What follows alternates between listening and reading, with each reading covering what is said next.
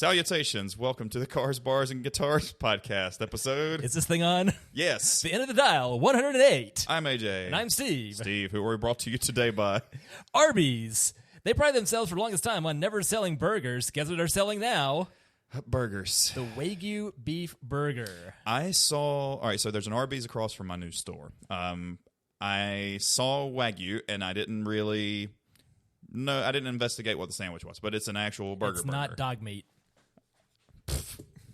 Wagyu the dog. Good movie. I didn't know it was actually a burger. I thought it was another one of those briskety fucking things. It really is ground beef Wagyu burger they're advertising now. How much is that? Dunno. But Arby's does run more expensive than most. Emily, one of them gyros. What is your opinion of Arby's? I enjoy it. I do too, but I feel like we just end up at Arby's instead of searching it out most of the time. Their smokehouse brisket is fucking nominal. And the curly fries are good. They apparently killed the potato cake. Darn. That sucks. I'll have to get my hash brown literally anywhere else. We have the little potato kegs is what they're called at our hot bar at Food Lion. Sounds like tater tots. They're giant tater tots. That's why they're called potato kegs. Ooh. Because, your normal tater tot is what, maybe thumb size? Thumbish, yeah. Thumb size. These are... Do I have any swag on the table? They're about half that size. They're big. Yes, please. They're 2-biters. Like the Bojangles one? Kind of a hockey puck looking thing? Yeah, but not as smashed. It's very much a tiny... All right. Looks like those giant jet puff marshmallows? Yeah. That. Nice. Exactly that size. Back in elementary school when they would serve tater tots, what I would do is eat the top off of it and it's like mash the less fried stuff out and then eat the casing. I was very creative in my tater tot consumption. Did you guys... It still remains one of my favorite foods now. Did you guys have Domino's pizza or something delivered every day? This was nothing branded. Okay, this was we just did. Whatever educational, industrial, institutional stuff. And I had no concept of how cheese pizza was made. Yes. But it was so sparse, I would call it the Giant's toenails, that it was just like these little dashes of cheese over this field of tomato sauce. I approve of that. Yeah, it was some really strange things from the late 80s in this mind. It's a good thing we did not go to high school together because we probably would have gotten into some shenanigans. We would have probably still be stuck there. Per yesterday's discussion of nightmares and whatnot, and it's been a while since I've had one of those nightmares where I didn't make it out of high school. So we had the mega meal. And that's now 22 years ago. True, but we had the mega meal. So you could get the regular meal, and then they had the regular meal option of the day was this or this, and then they had the mega meal option, which usually like a double cheeseburger or like but you could get Domino's pizza, but it was every day. So at first sophomore year, they're going to deliver Domino's every day. You can get Domino's pizza. I'm like, fuck yeah! And after about 4 straight days of Domino's, you're like, all right, let me get the fucking mega meal today. Steve, what are you drinking today? It appears I've started off with a Voodoo Ranger Imperial IPA from New Belgium. And you lovingly donated one to me also, but this is a Juice Force IPA. And what's in the lunchbox here are the same things. Well, you know what? Uno, dos, tres. Yeah.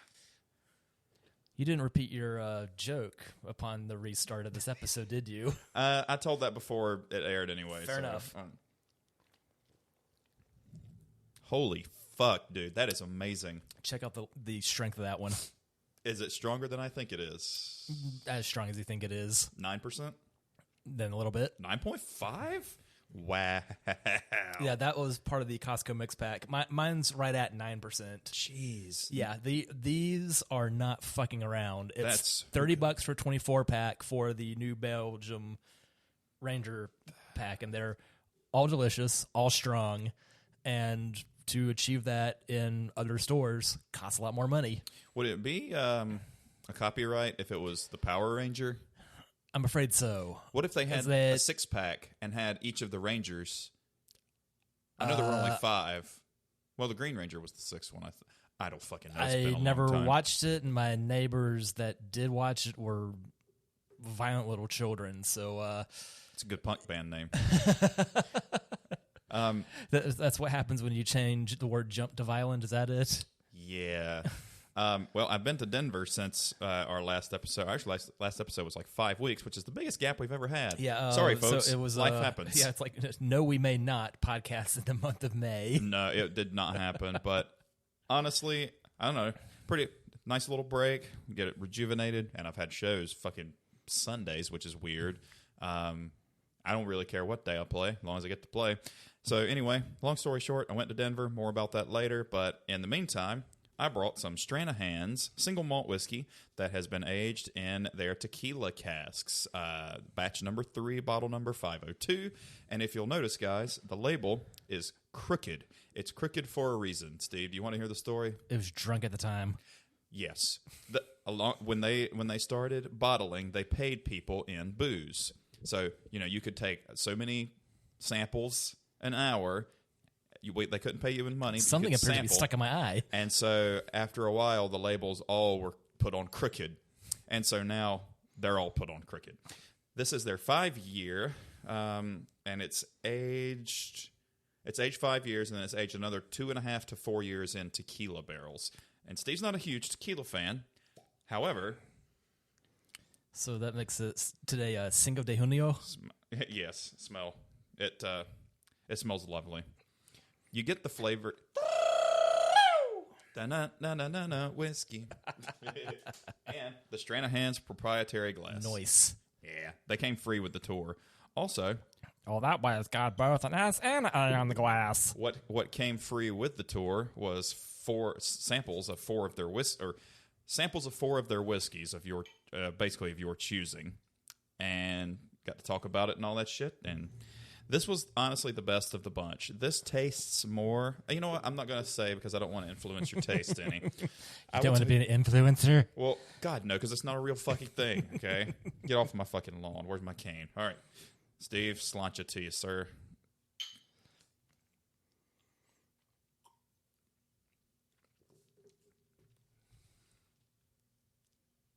So what does that remind you of more of any spirit you've had? Because I'll tell you what it does me, and then I think you'll, if you don't get it, my opinion right the first time.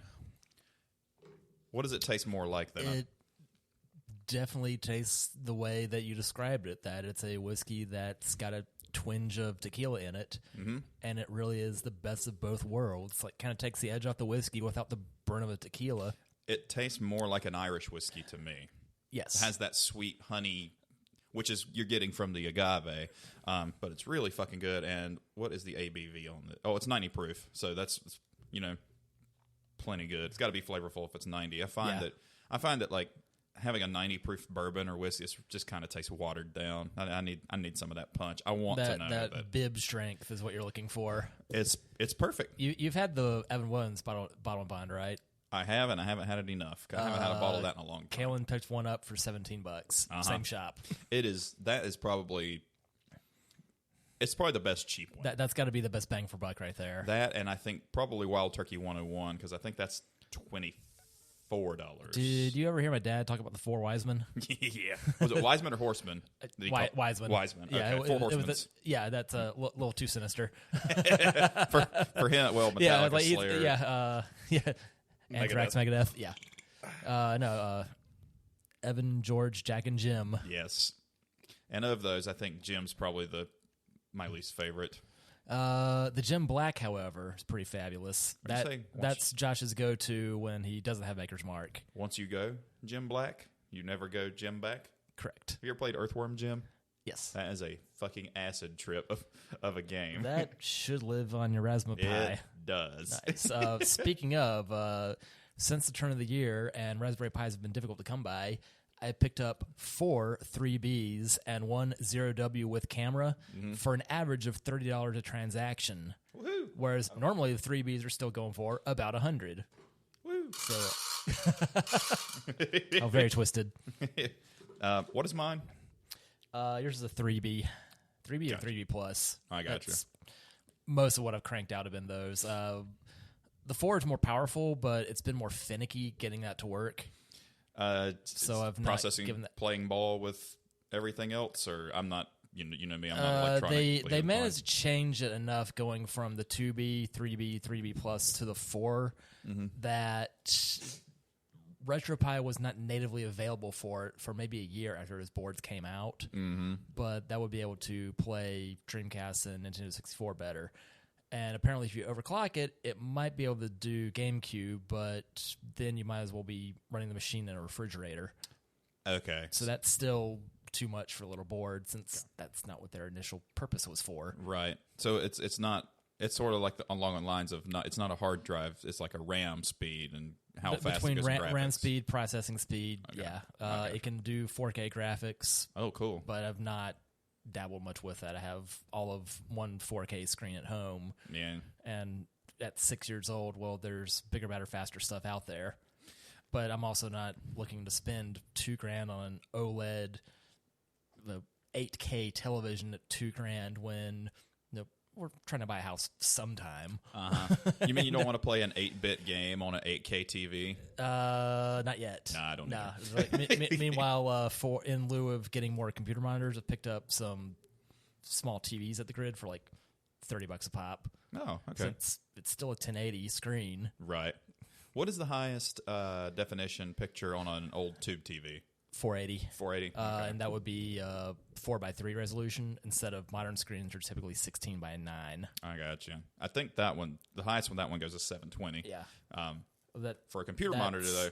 Yeah, it works quite well for this application. Yes. But if you were to need to read this screen, that might murder your eyes. That being a 720, that's not a great resolution for words. No, and for what I use it for is definitely like. Actually, would I love to have a big TV downstairs? You betcha. But yeah. Emily watches most of the TV. I watch the game on my phone or anything. So what I have are two basically smaller versions of that one, and that's a 10-ish-year-old TV now. That she's had that as long as you've known her, right? She got it like the year we got engaged. So yeah, 11 years. But she rarely watched any.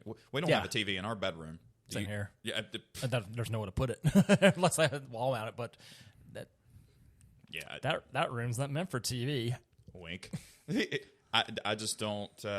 We don't want when we go to bed. We go to bed. Like, yeah. I mean, don't really need to watch TV. Hell, do you want to get started on news? You got anything else? You got any new exciting shit to share in the last 5 weeks? Well, I was not let go a month ago with the recent rash of bad news from my company. Yep. So got that going for me. It's nice to be just important enough not to be let go. Yeah, it seems I know too much. You're not completely on the bottom totem pole where it doesn't matter if you show up, but you're not so important that you're so highly paid that they need to get rid of you. I did have to address a service outage right before going to the car show yesterday, so I do have that going for me. So you're on not call all the time, but if somebody messages you, you're kind of expected. It's, please either fix this or delegate fixing this. Okay. And delegating the fix for this is what I did. That, all right, something went wrong. Other sites are reporting the same issue. All right, half an hour later, someone sends me a workaround. I distribute that. Yeah.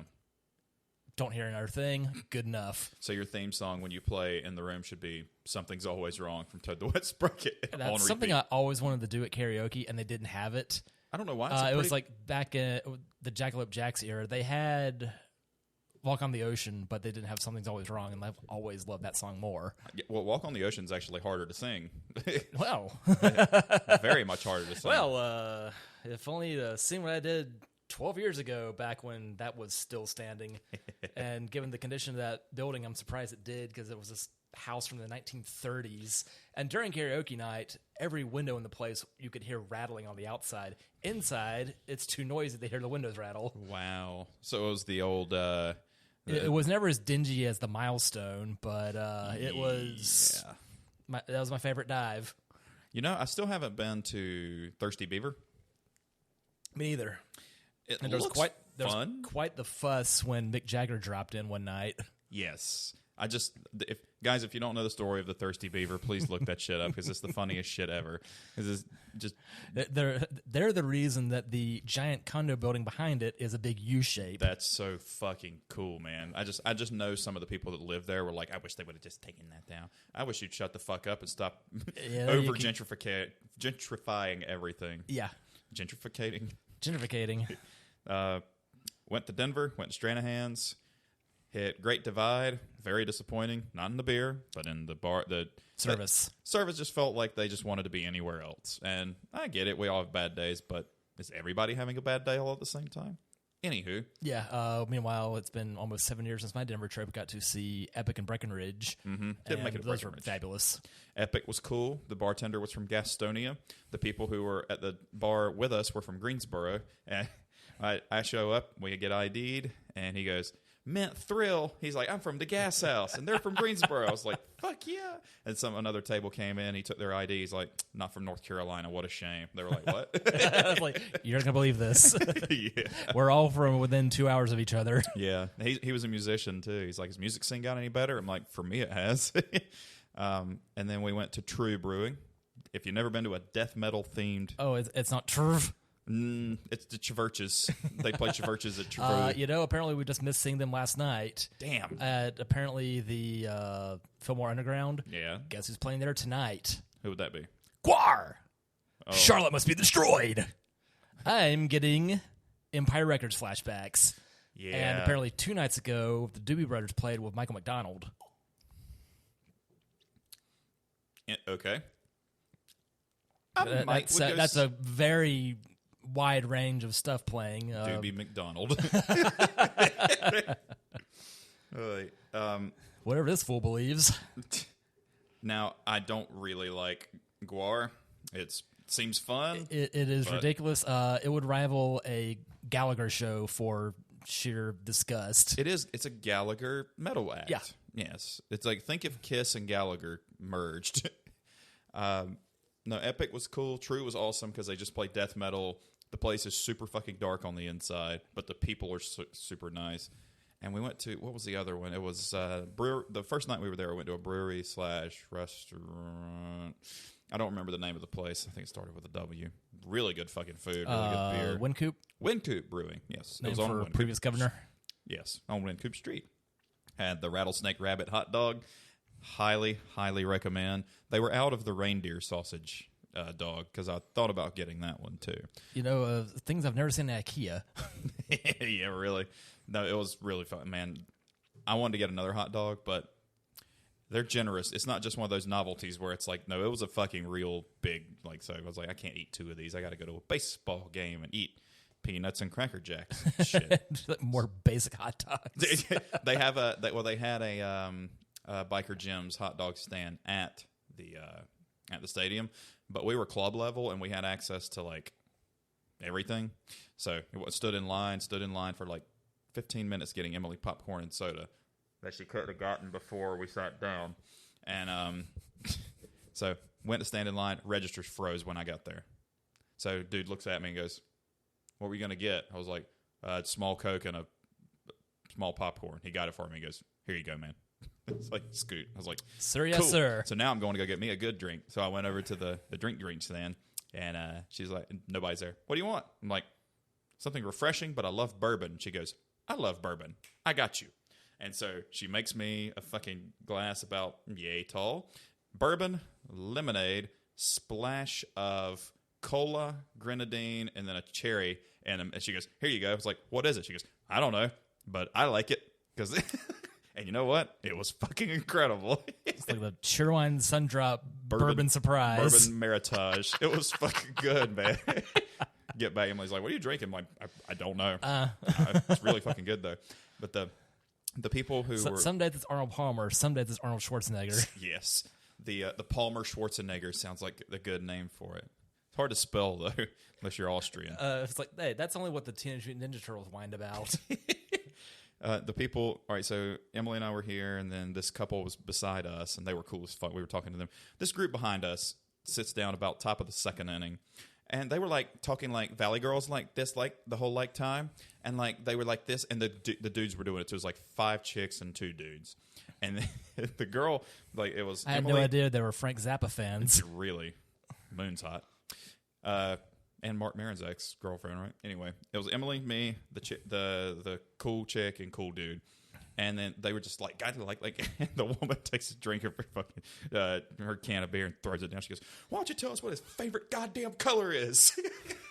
And I start laughing, and Emily starts laughing because they were just like, yeah, and like they were quiet for a little while, and then they just kept going. And then finally, that couple actually moved to 2 open seats. It's like I don't even think they were watching the game the whole time. It's like, if you're going to pay that much money for a fucking baseball game, at least, I don't know, fucking watch the game.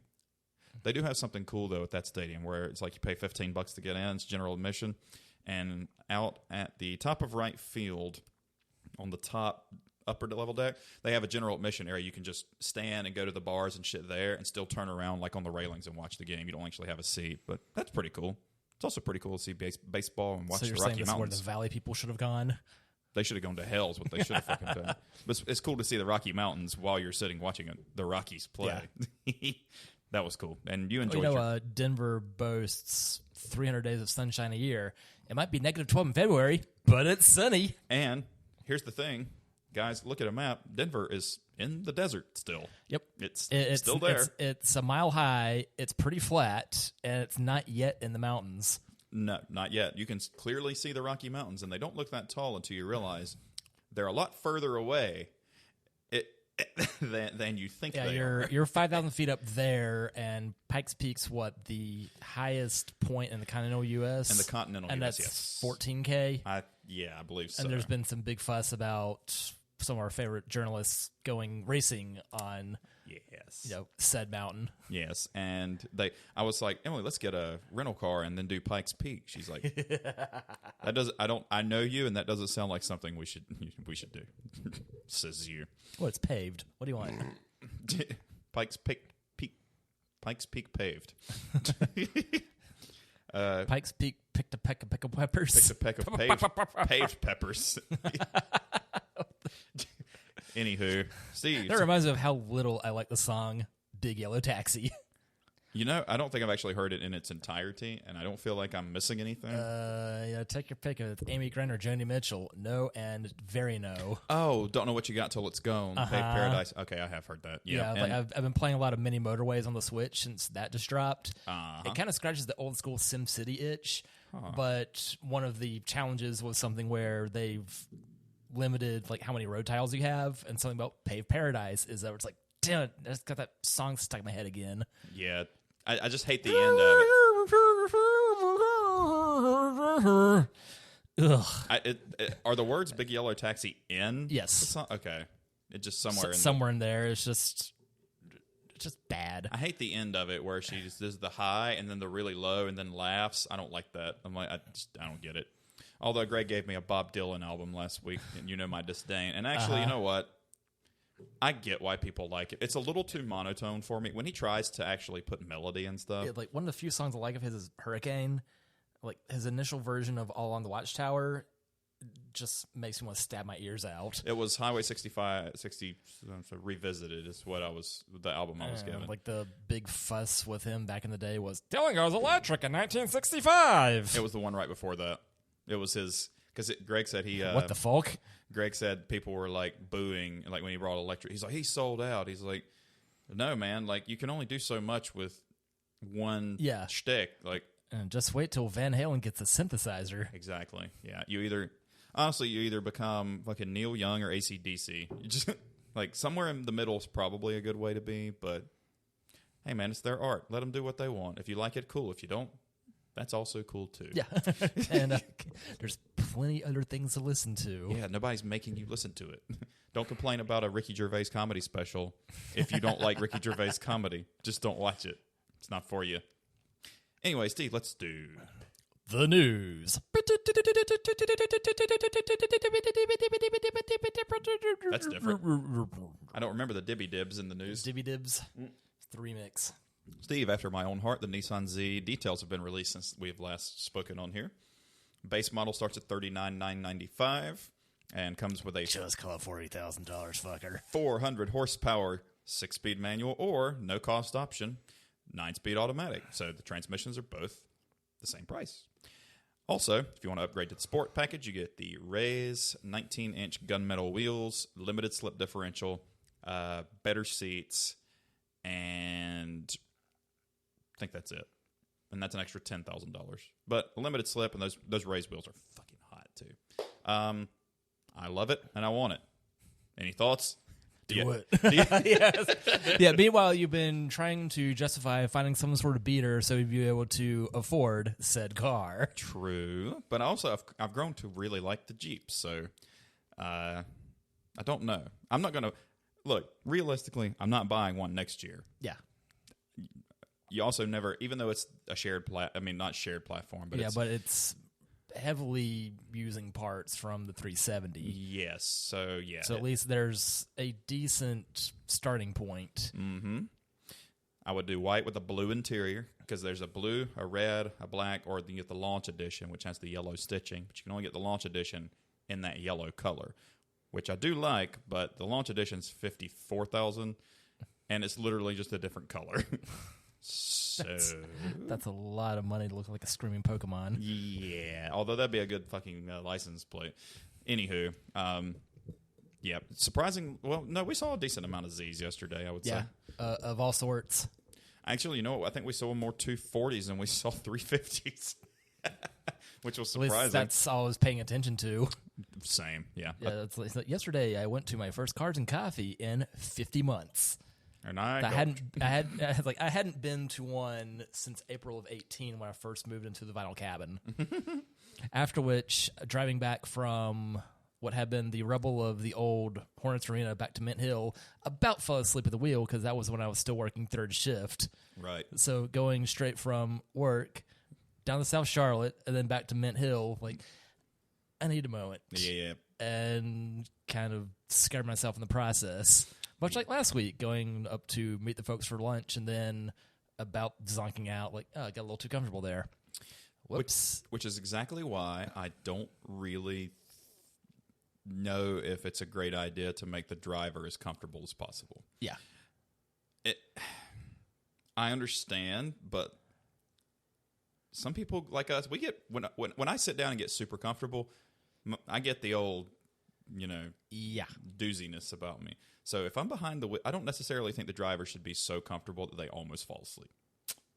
But you're talking to a Wrangler owner here. So, although your first doorless trip, quite windy on the interstate. Yes, it is. Other than that, it's nice. it's windy, it's noisy, but not as terrifying. Like nothing slapped me in the leg along the way, so that's nice. No, I've never had that happen. Yeah, I try not to take. If I know I'm going to go doorless, I don't do the interstate.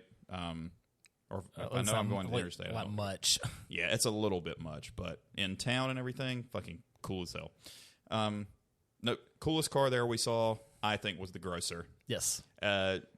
Was probably early 70s Mercedes Grosser. Probably late 60s. Late 60s, like 70s. what the great-grandfather of the S-Class was. Yep. With a turbo LS swap and airbags. Was it twins or was it single? I think it was twins. Jesus Christ. It was, on airbags, just murdered out slam. But even though it was murdered out, white wall tires. It was so fucking boss.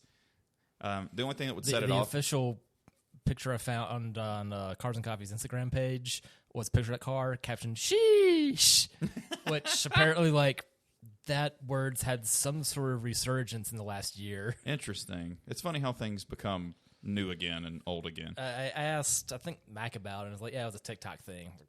Okay. Too old for that shit. Same. TikTok's YouTube for people with an extra chromosome. What they need to do on the back bumper of that thing is put spring-loaded magnesium strips, so if it could spark and everything. Yeah. That thing.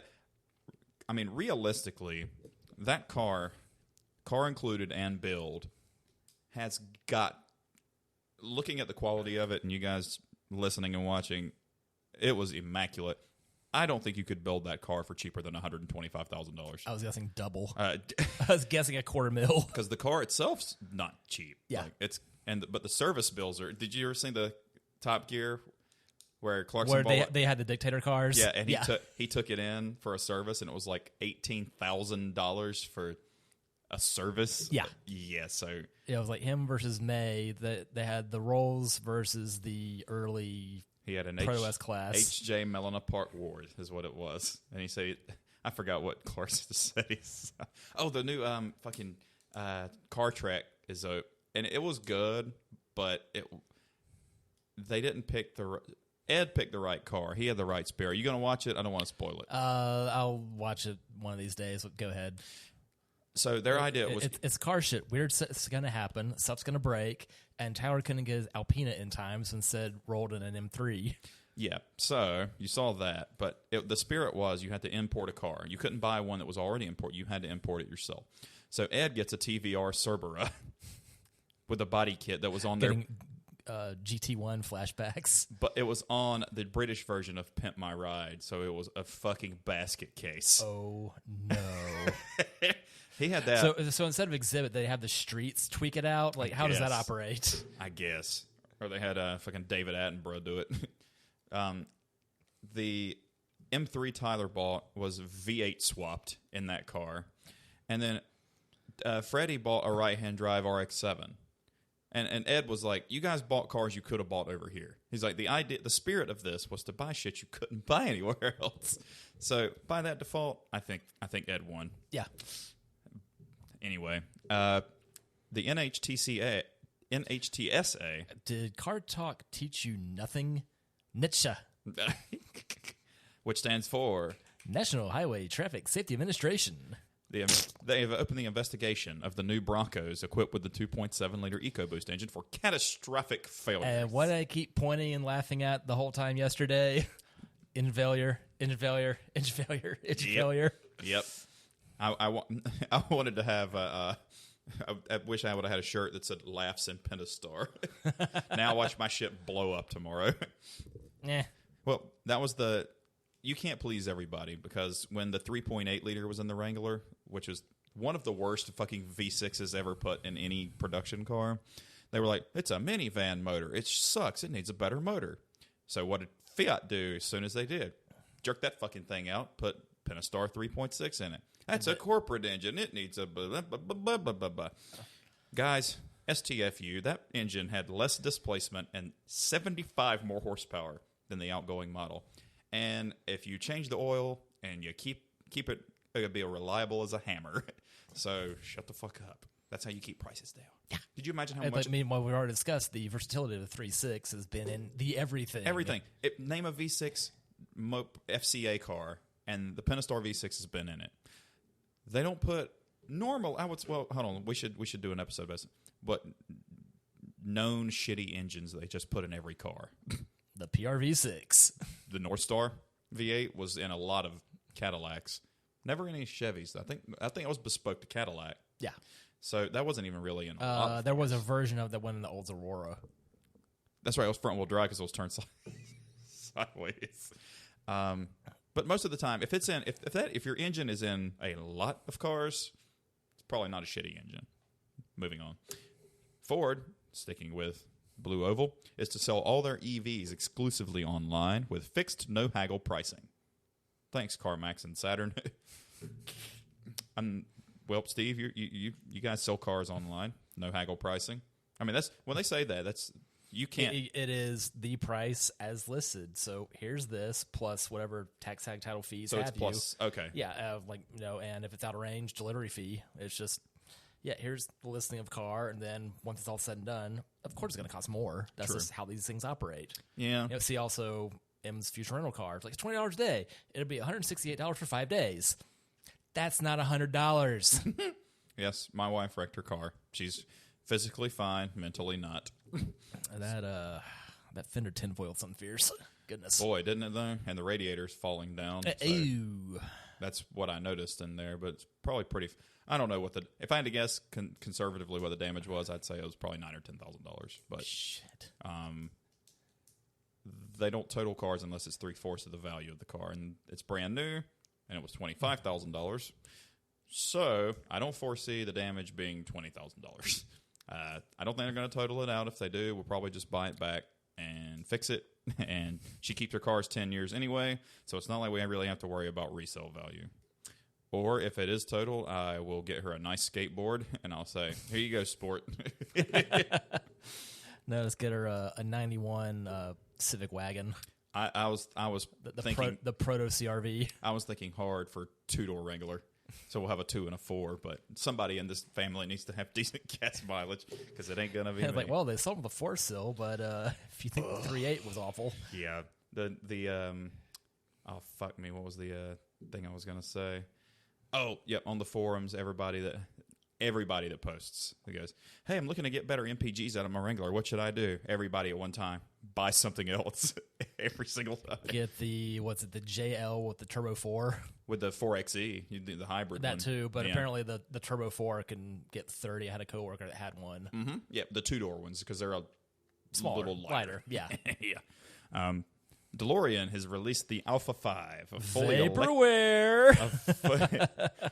electric sports car. They call it a sedan. It just has 2 giant fucking doors, and it's being released officially at Pebble Beach in August with all the specs and everything. It's a handsome car. Steve, I think it's probably going to be $200,000. Yeah.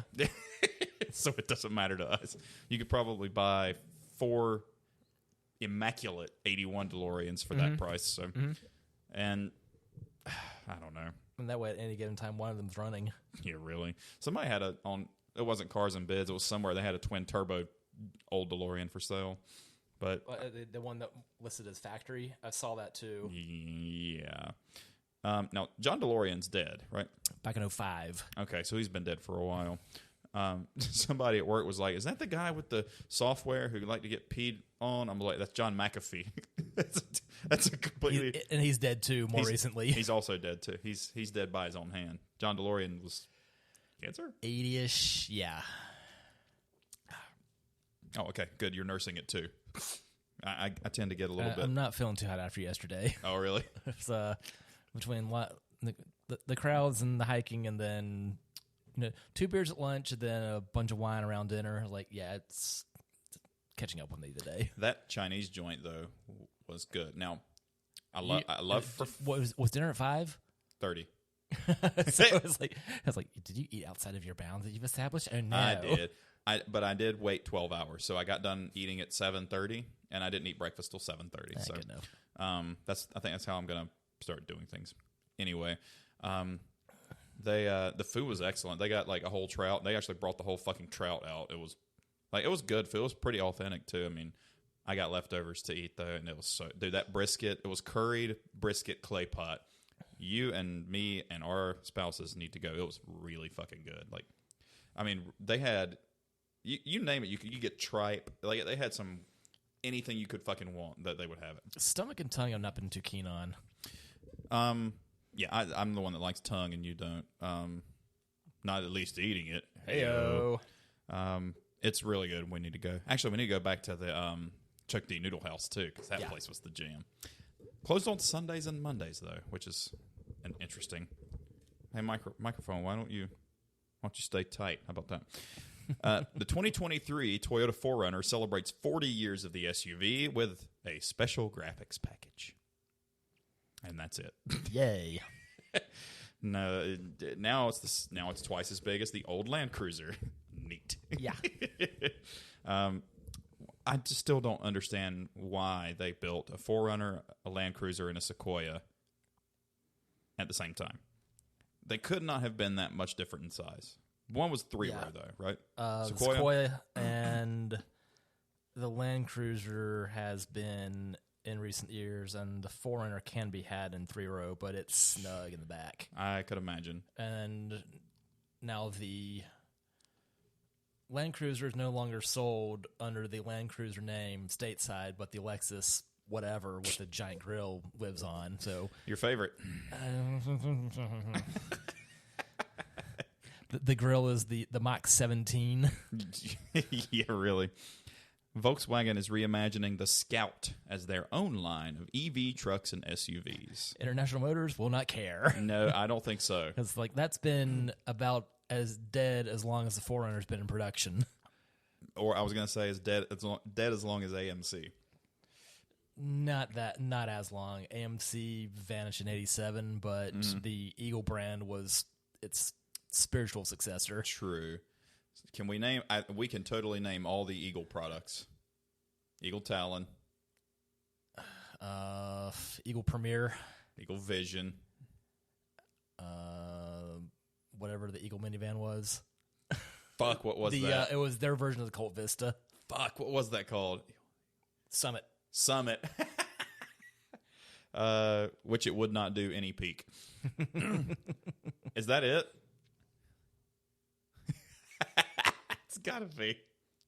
Do I care? The Talon. If anything, they should have had the Eagle Scout. It'd be me. The Talon was the better looking car, and the Plymouth Laser was the better sounding fucking car. Eclipse really can't hurt you unless you stare at it. 45. Volkswagen Scout doesn't sound very good. No, it's not a weird enough name. No. Considering, like, the Rutan, Tiguan. What is a Jetta? A sort of wind. So that spurred from the Golf, which is German for Gulf. Stream, yeah. So it was a similar jet stream. windy thing. So why don't they have an El Nino?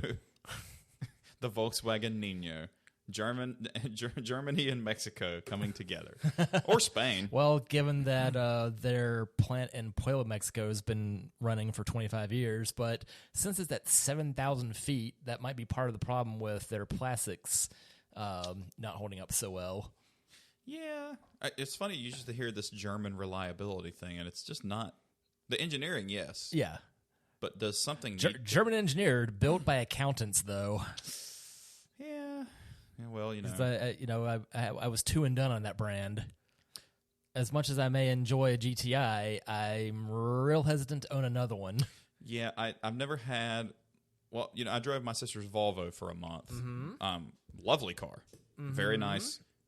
Plenty quick. And then later Volvo did what? Blew up. But I've never owned a European car. You've owned how many American cars? Let's see, American branded, not made. So that'd be like American made. It's like all this blah blah. The Chevy Blazer I had briefly before it became my sister's car, and the Pontiac Vibe was an American branded car, mechanically a Toyota, but built in Fremont, California, where they're now building Teslas. I think that's it. You've had two. I've had.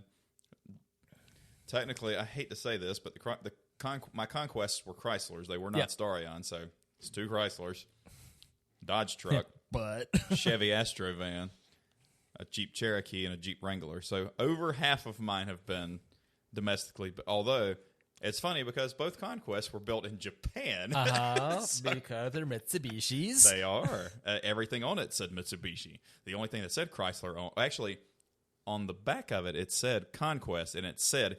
Imported for Chrysler. Yep. It had no Chrysler badges. It didn't have the star logo. Nothing had that shit on it. Like even the stereo had Mitsubishi on it. Like everything had Mitsubishi. It's like my father-in-law's Fiat, and you pop the hood, and the fucking thing says Mopar underneath it. I'm like, that's fucking hilarious. Yeah. I'm sure the head of Fiat is rolling over in his grave right now, thinking about that. But he's dead, so it doesn't fucking matter. And how do you feel about the Fiat versus Miata ND? I like them. I'd be a little hesitant to have one over the Miata, but that was the only way you could get that car with the turbo. Yeah. Not since the NB Mazda Speed Miata, and that was 20 years ago. Those were cool. I don't view one better than the other. I just think, even though it's the same chassis, I just feel like it's two separate things. I feel like one's the Grand Tourer and one's the Canyon Carver. And that said, of all of them, I prefer the RF. I do too. There's something about Targa tops that look good on almost everything. Your Corvettes. See, also yesterday I was drawn to everything Targa top. The Elise, the Mr. 2, the RF. Mm-hmm. Or even bring back the T-top with the 300ZX, the tiny little strip. Sometimes that tiny little strip is good. Right, Steve? Heyo. But they didn't allow aircraft at the show yesterday. Yeah, it wouldn't fly. Smart cameras in California are not only set to record red light runners, but also record the sound and punish loud exhausts. I don't really know since Harleys are a thing, I don't really think you can enforce this. Yeah. Or trucks. When the wastegate opens. Going to develop a new industry that is going to be automotive ventriloquism. I like it. It makes a noise, but where did it come from? I like that. But how do you enforce that? Because when everybody's heard that when a semi goes by, they let off Yeah, I think those are going to be exempt. That's an external wastegate. But I mean, if you're looking at noise pollution, that or any Harley. So my buddy Josh Hagler was telling me, I think he still has a bike. They would get around safety inspection. All they would do in North Carolina was take a rod and put it through the exhaust pipe. And if it hit anything, then it was a legal exhaust because technically there was a restriction. So he said people would like drill a hole and just put one long screw or a bolt in there. If it hit anything at all right, it hit something. Must be a catalytic converter in there. Wink. But I mean, now high flow cats put out like 90% of the power. So it really is kind of stupid to go catless on anything now. Yeah. Because the technology, it used to not be like that, but it is what it is. Land Rover is to release the Defender 130 that seats 8 people, has longer wheelbase, estimated to start at $70,000. I can only imagine this, becoming more and more Land Rover bus. And they have the 150 that seats 12. Did you see the meme? 170 that fits 15. Yeah, it just keeps going and going. Yes. You said they were growing on you. I don't like them. In the last Bond film, you would enjoy seeing a few of them get the absolute snot knocked out of them. What is the new Bond car? In that one, do you have the new one? He actually drove around in the couple of the old ones a bunch. Oh, I will say Aston Martin makes the best names. It opens with the DB5 doing donuts, like shooting up the place in, I think, Greece. It's this insane series of car stunts. The movie itself's completely okay, but the car stunts in it are worth the price of admission. Isn't that pretty much all the Bond movies? Price of a plane ticket. Yeah, of the Craig Bonds, this is the third best. I would say 1, 3, 5, 4, then 2. Okay, second one was with that Craig. Was Quantum of Solace, 2008. That one suffered from being during the writer's strike. And it showed? Yeah. Well, it's pretty, but it came out very half-baked. It's an indie Bond. Well, you know me, I've only seen GoldenEye and Casino Royale. Those are 2 strong contenders. Yeah. Still none of the old ones. I don't know. You're not a big movie watcher. Also, that and also after a little while, it's like, hey, this is not possible to do. Mm-hmm. Like what you're doing is not. I can't turn that part of my brain off. It's I keep criticizing the Marvel films for being the same shit, but usually in a Bond film, it's going to be the same thing. Like, well, here's your hero, here's the bad guy. Let's see how things pan out. Well, the bad guy's probably going to lose. Well, and Eva Green was in one of those, so she butters my toast. Mercedes is introducing more vegan-friendly interior materials, including cactus and mushrooms. I've heard of mushroom leather, but never cactus as material. I would imagine it's declawed. It's made from the finest prickly bits sewn together. Hey, who wants to ride shotgun? Well, for the longest time, they had been using a vegan option, but MB Tex is vinyl. Yeah, it is. Yeah. Whatever wasn't actual leather or cloth in bins had been vinyl a very long time, right? Without being conventional sticky American 1970s vinyl. Oh, what's up, 1970? When Paula rode in the back of it growing up. Let's think of some more vegan options. So what are we going to use for seats? I'm thinking tofu. Ugh, that's about the only good. That's going to be real soft. have no lateral support. Like sitting in a 72 Cadillac hearse. You just sink down into it. Yep. With an old couch. Mushroom leather? Like I've heard that being a thing, but I have no idea how one does that. Magic or Portobello?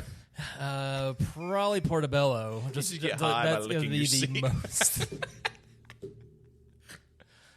Tripping balls, man.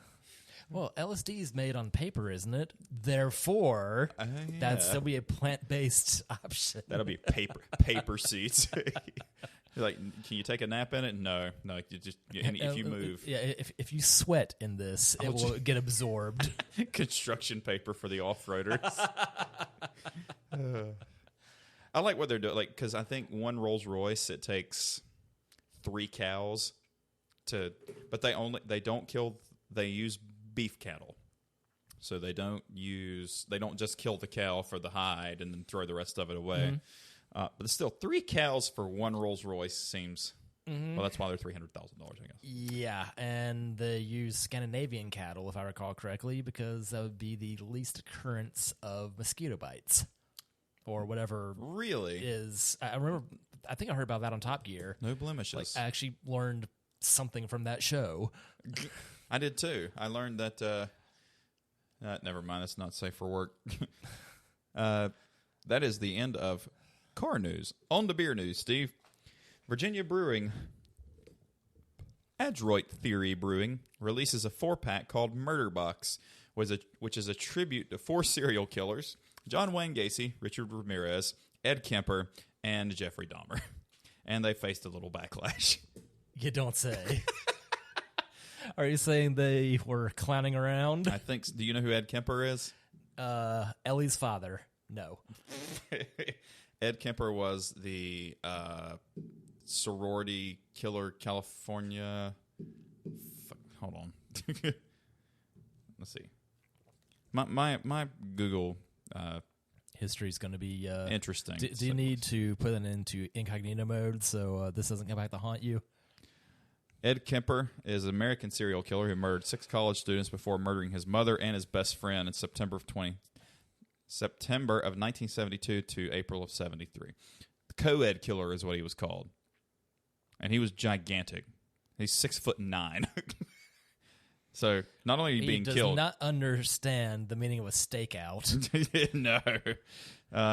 So yeah, that it was, and I think the tagline was "Face it, we're all fascinated with serial killers." Like, yeah, I know, but you said the quiet part out loud. Like, well, you can be fascinated by something and still disapprove of it. Oh, see, also everything Emily's watching nowadays. Sure, yeah, I like to think she's not going to kill me. So far, so good.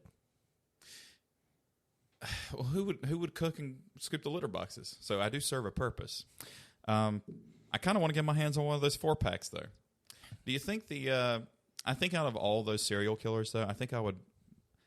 I don't even know what the styles are of all 4, but gotta imagine the Jeffrey Dahmer one kind of has a weird taste to it.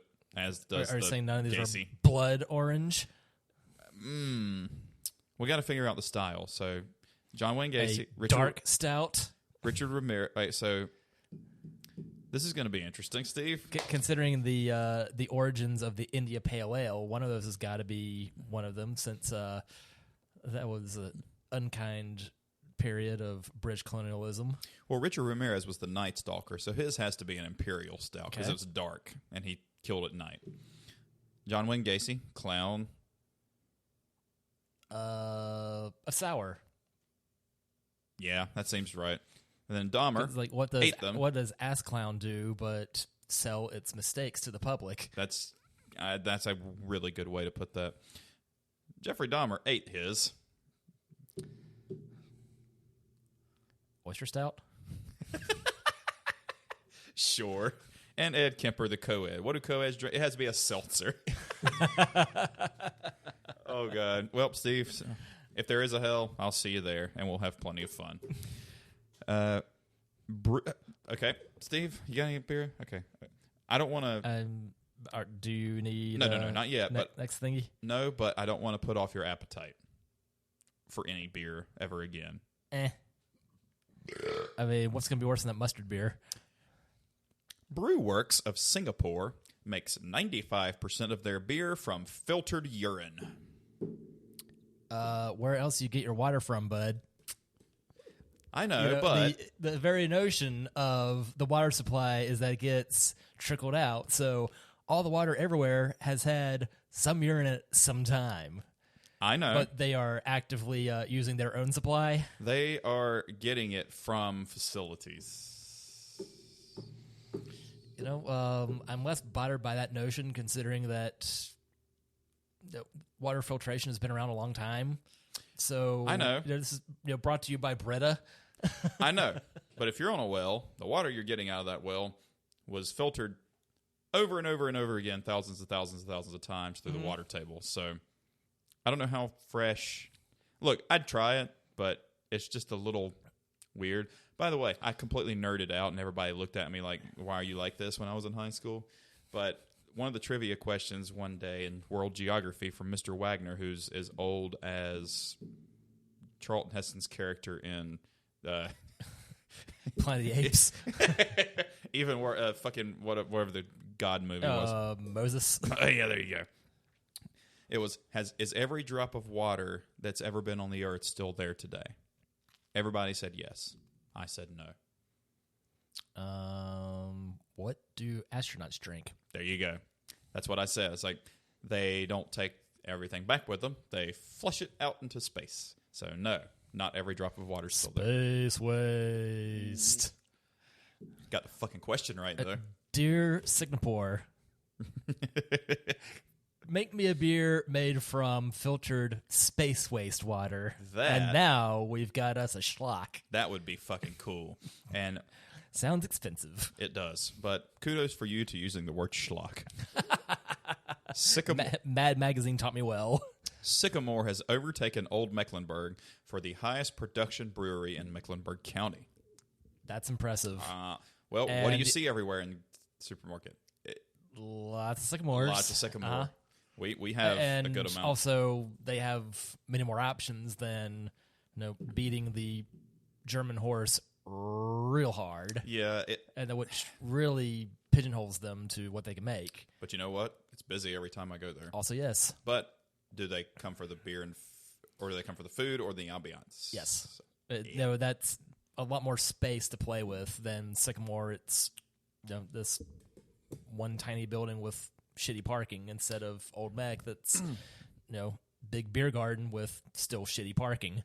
And also, Sycamore's beer line makes no sense at all because there's not a beer line because they built the register, whatever, where you get they built the bar in a complete parallel line with a wall. So there's really no beer line. You just stand until you can mosey close enough to be summoned to order because there's nowhere for the line to go. And also, they won't book me, so fuck them. Call that the beer pit. Yes. I think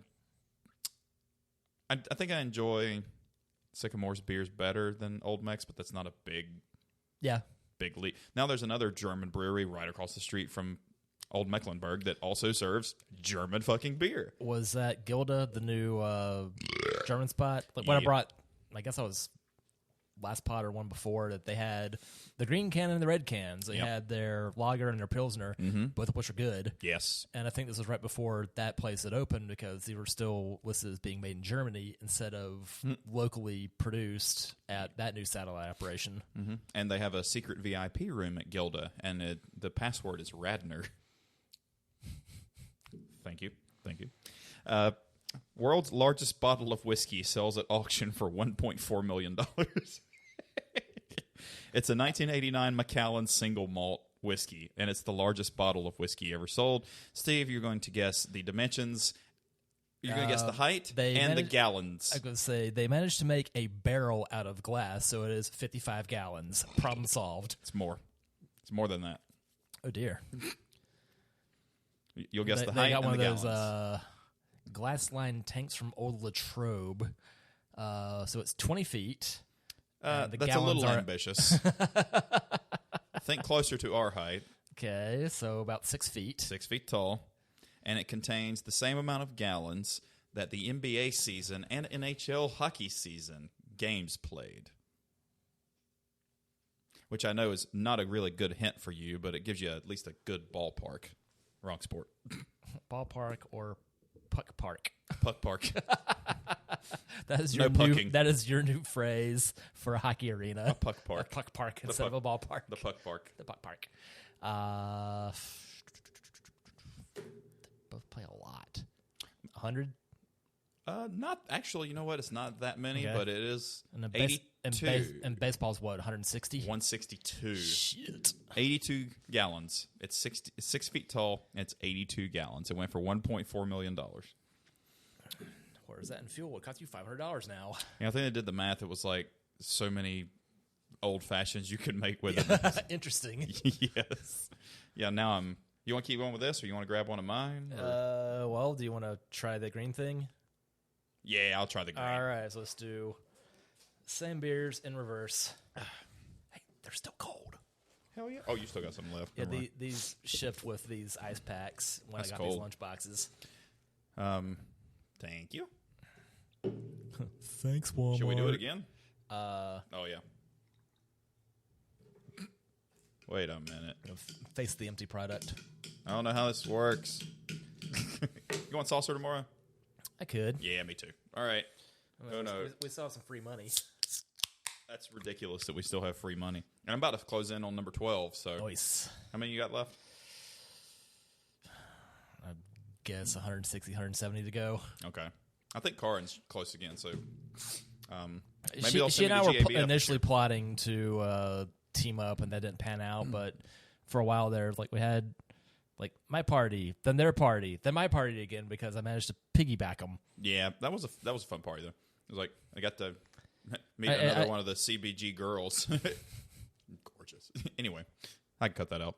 GABF returns to Denver since 2019, but will sell 20,000 fewer tickets. Now, Steve, you went. I Back should have. in 2015, and luckily they messed up. Else I would have gone in 2014 with Bruce. Yeah. Instead, went with 2015 with Colin. And That's an upgrade. he managed to make sure I didn't get left anywhere. He was a responsible one. Colin's always the responsible one. Yes. Colin wants to go back to Vegas this year. And so I told him, I was like, Matt's wanting to go, and then Matt's girlfriend's not watching this, and propose and get married to his girlfriend while he's out there. Apparently, they would not be able to have it done by an Elvis impersonator because apparently the Priestley estate has now put a kibosh on Elvis impersonators. To which I say, Kayla and I are going to renew our vows to an Elvis Costello impersonator instead. Well, can you get one?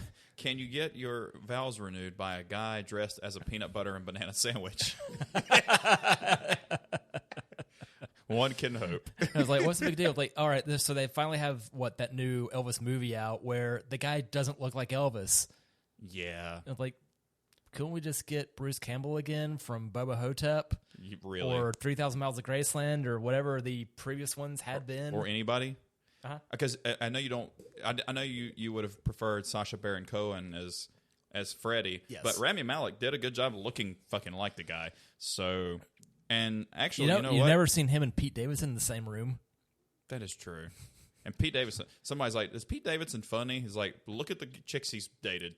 He must be." He is. Yeah, because he's not the best looking dude. So you got to have some cards up your sleeve to. Did I tell you about the Netflix Comedy Hall of Fame that I watched? That he starts off with that. No, I don't think so. They've got Carlin, Pryor, Rivers, I've seen and Robin Williams being inducted on this, and like each performer they're paying tribute to has a different host, and like everything's fantastic. I need to watch that. And the Robin Williams bit made me fall off the couch laughing. I mean, everything was fabulous, but like that really took the cake. Like that's well worth it. Just I can't land on anything to watch, and then finally put that on. You got HBO Max? We've got a borrowed account. My Roku kicked the bucket, so I ordered a new old 3 and a 4. So they should be arriving tomorrow. Do you want our old one? Sure. Because we have AT&T now. Okay. And all we got to do on the remote is press Netflix or anything that was Like on the any- Roku. So okay. yeah, you can have that back. We don't need it. Alrighty. Fuck. Oh, the Carlin but documentary's great. It has I a lot need of to watch good. that. It's really good, and it does delve into all the because he's my favorite comedian. I think. Yeah. But it delves into like his life. I didn't realize he was married to the same woman until she died, like really late in his life. He went through a lot of shit with her and with him too, drug use and all that. Back when he passed away, I listened to his entire catalog. And also have Last Words, as well as the audiobook narrated by his brother Patrick, who recently passed away at 90. Oh, because he's in the doc. Because he was a little bit older than George, but to look at him and hear him, real similar. Yeah, he's in the documentary, and I guess I kind of thought he's still alive, but I think he passed away like a month ago. So it's very recent, right? And Kelly, his daughter, was not aware of much of what he did while he was living, but once George passed, like comedians reached out, offered condolences, and like really got to know like his peers and was really embraced by it. Like she's a psychologist, like went a completely different route. Had been running her own podcast that listen to here and there that she would have comedians and or performers on. Like it's not as acerbic as her father, but still entertaining to listen to nonetheless. For sure, yeah. I feel like if you have a comedian for a father, and then the mother actually turned out, she's just got deep into drug. Brenda, yeah. No, I won't spoil it for you. It's really. I'm glad I got to see him. I got to see him live for my 16th birthday. That's fantastic. It's so great. Speaking of 16 years, tomorrow is the 16th anniversary of me getting more into metal. Because that would have been June 6th, 2006. You got into metal on D-Day. Yes. That's well, particularly that the calendar was triple sixes. Yes, you got and definitely hit the new wave of British heavy metal, something hard. Oh, so you got Judas Priest. I got very Priestley and very Maiden-y. Ah, nice. He was good in 90210. Judas Priestley. Rest in peace. Yeah, really. Actually, yeah. No, or is it, no, Luke. Luke Perry died. Yeah. That never watched that show actually. Well, by proxy I had to because I had older sisters, not younger sisters. Whereas my younger sister was watching lots of Full House. Therefore, I also watched lots of Full House. I've never watched Full House. How old is Kat? She's 84. I'm 36. Not quite 38. Okay, so I knew she was just a little bit older than me. Month away from another happy 4th of July / cat birthday party in Greensboro. So I'm in a Mike and Kat sandwich. Yes. That's what I thought. 84, 87, you're 86, and they're both July birthdays. So, yeah, yours is like right between them. Right. There we go. Miller High Life has partnered with Universal Life Church to launch the Officiants of High Life, a licensed group of beer lovers to conduct weddings. My dad got whatever phrasing it is for that. Ordained. Yeah, that. I could not land on that word, but through Universal Life Church. Uh-huh. And so now you can do it with Miller High Life, which is even better. I think we'll stick to Prosecco, thanks. Well, champagne and beers toast? Like, you don't like High Life as much as I do. I get a kick out of that, though. I have an affinity for Miller High Life. That's my favorite.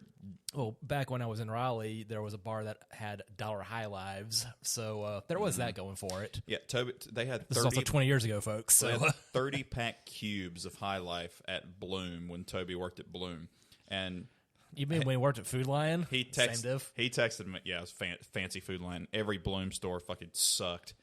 Because they tried to be something you're not. And I remember the two in the university area, one on Sugar Creek and the one next to Saucer, simply became nicer-looking Food Lions afterwards. And after they converted from Bloom, every Food Lion was up $30,000 a week. Oh, I forgot to turn the... whatever. My store I'm at now is an old Bloom. Huh. And you can totally fucking tell. Like, I could show you why it's... because all the Blooms were pretty much the same. Yeah, and that was when I first moved back to Charlotte that was a thing back in 05. That's been a while. Yeah. I don't want to think about time going by that fucking fast. It's like it seemed like soon after that, like, yep, all the balloons got reverted back to Food Lions. Okay, it's still the grocery store just up the hill. Yeah. Fuck. What was that? Bloom, Toby. You could identify previous Blooms. High Lives with 30 packs. We bought. He's like, you want me to pick up? He's like, they got High Life cubes for $9.99 for a 30-pack cube. Goodness. So I was like, yeah, just buy it. So he brought home 4 fucking 30 packs. All of them in the fridge. I mean, bachelor lives anyway. Like, luckily, most beers are shelf stable unless they're a red oak, so there's that. And you know what? Old Mecklenburg's shelf stable now, which is weird. Yeah. But no preservatives. Yep, they partnered with Adams as their distributor, Budweiser, and there's like, no, it doesn't have to be refrigerated anymore. I'm like, okay, all right. It's anyway. I feel like we drank High Life every fucking day for a year, and we still had High Life in the fridge. It's $9.99 for 30 fucking beers is hard to beat. So we got 120 beers for fucking $40. Can't really beat that. For a 33 cents beer, you too could be drinking this. We're done with whereas getting anything around a bucket beer now is difficult to come by. Yeah, but that's a bargain of the century. Yeah, that was 24 for 30. Done with beer and alcohol news. On to country pop group Vince Vance and the Valiants. I'm wondering if that's what I listen to at no longer Manchester Automotive anymore. Yikes. They are suing Mariah Carey for copyright infringement over what song? Dream Lover. Way worse. The worst Mariah Carey song. Fantasy? No, the one everybody fucking hates.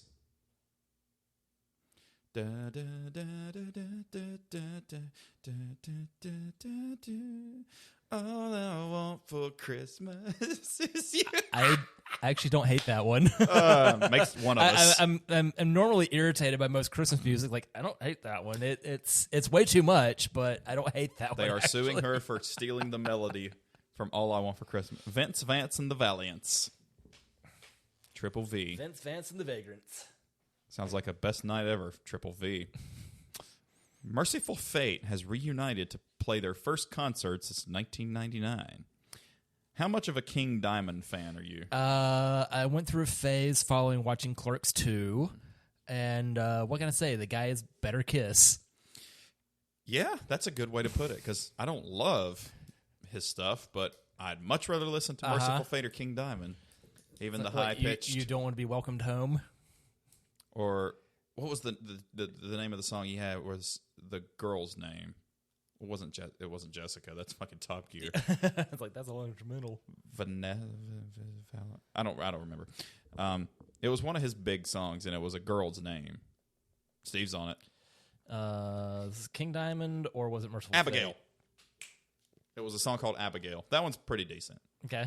By the way, let me know about Tablet. I'm still all right. Casually hunting for that. They were not on sale last I checked, but the emails have been good about keeping me up to date. What's your budge? And do you want something this size or smaller? Let me see it. This is a 10-inch, and the one I had before was an 8. How long does it stay on? Like, so if I'm doing set lists and stuff... You can tell it to leave the screen on for 5 hours if you want. Would it stay on? Yeah, push come to shove, you plug this in, you don't got to worry about it. But drain battery pretty badly if you just leave the screen on. This has been pretty decent, but push come to shove, you just plug it in and go. But the battery life's pretty good on it. Well, I was going to say because I'm learning so many new songs, especially 80s songs. I'm changing my set list a lot and reprinting set lists a lot, and it'd be nice to just have it on there where I could or look up a song that somebody requests that I know the lyrics, just don't know how to play it. Yeah. I could just look it up on the fly. I mean, if I could get that tablet with everything for like $300, I'd be happy with that. You can do that. Because they sell a kit. And the storage on it would be a non-issue if like a lot of what you're doing is text. Like, yeah. Base memory is 64 gigs. I've got memory cards at the wazoo for this. So I could throw another 64 in. And I could easily do that for $300. Because I could clip it onto my mic stand because they sell like iPad clips for everything. Something similar to that, only it's designed to Clip onto a mic stand. Mount that instead of that one was designed for a car seat headrest. No, my favorite version of Beckman nowadays. Yes, but like that was $5. Right. So there is a technology. Yeah, that's completely doable. Okay, that way I wouldn't have to set up a music stand anymore, and I could just clip it on there. I could put my tip jar on my toolbox and just stick it on top and put it in front of us. So you're not rocking a big Folgers can and tribute the Donnie, or just opening the the guitar case. Mm-hmm. Well, you heard the story about why I had to cancel a gig this weekend, right? They canceled on you, and you had to 86 a hotel in Hendo.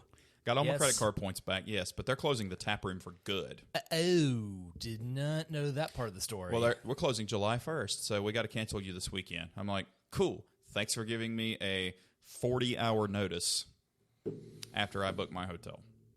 So I'm out $25. Good news is I'm actually saving $25 in gas because round trip it will cost me $50 to drive there and back because of gas prices. Because Wrangler. I would jokingly say get an Element, but that won't be that much better on gas or on car price. No. And I could sell that thing for more than I bought it for right now. Mm-hmm. So, like I said, $150 on the clock and the accessories, and that car's been very good to you in what, 2 years? At the risk of something blowing up, it's been a sewing machine. It's really, but I'm also not as hard on cars as a lot of people, and I clean, take care, and I do preventative maintenance before the maintenance was preventative. Proactive maintenance. Well, I spent $400 this week in my car between windshield, registration, insurance, inspection. No, not insurance was last month. That was then it'll be $300 on top of the $400. Oil change, whatever.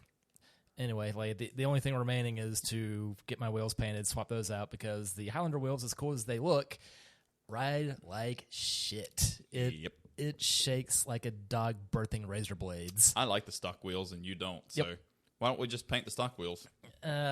Still don't like the 10 spokes.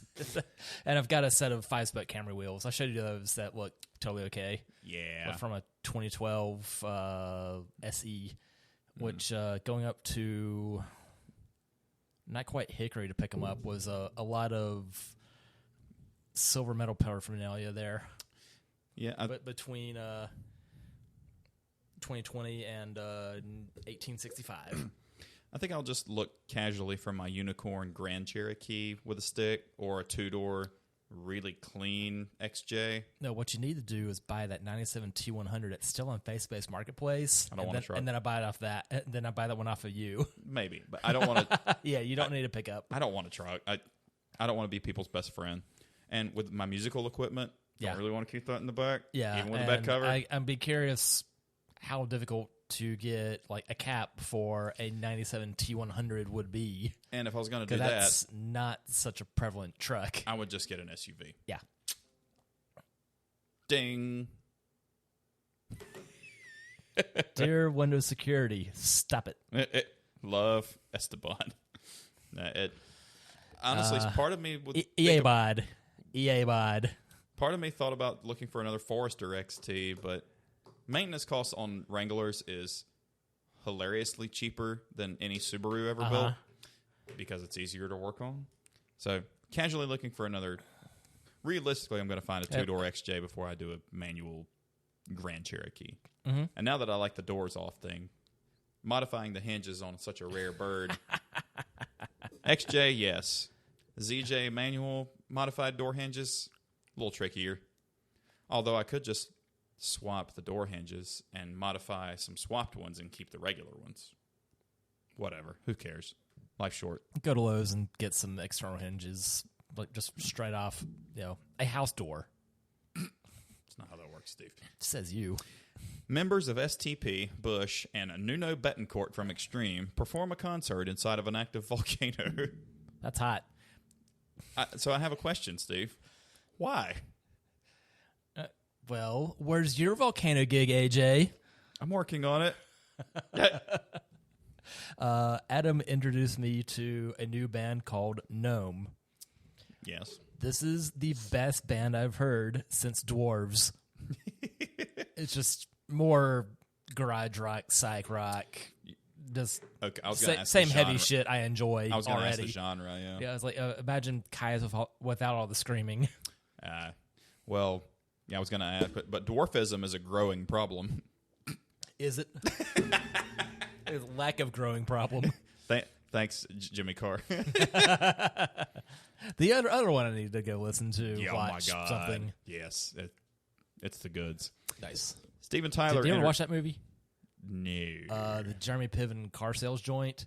It's bonkers. It's with Piven in it. It has to be. Yeah. Steven Tyler enters rehab as Aerosmith cancels upcoming tour dates. For no good reason, I've gotten an awful lot of Aerosmith songs stuck in my head lately. Like, they're the good ones off of big ones, like their 87 to 94 catalog. Yeah, it's at least been the good ones that have gotten stuck in my head. I don't know why, but they keep just living there rent free. Greg he really hates that era of Aerosmith. He likes the early stuff. Okay. And I was like, is this Queen? No. I like Pump the best, but I grew up with it, so I understand the bias. But Janie's Got a Gun. If I might have that CD. If I do, it's yours if you want it. I'm undecided. I mean, it's not like you need more of them. Yeah, you're really. I've been burnt. Like, so so Greg's like loved Corrosions of Conformity. Nice. I was like, was my description accurate? Per yesterday's abbreviation of it, he Yeah. enjoys that. Yep. And he gave me Bob Dylan. This week, I'm giving him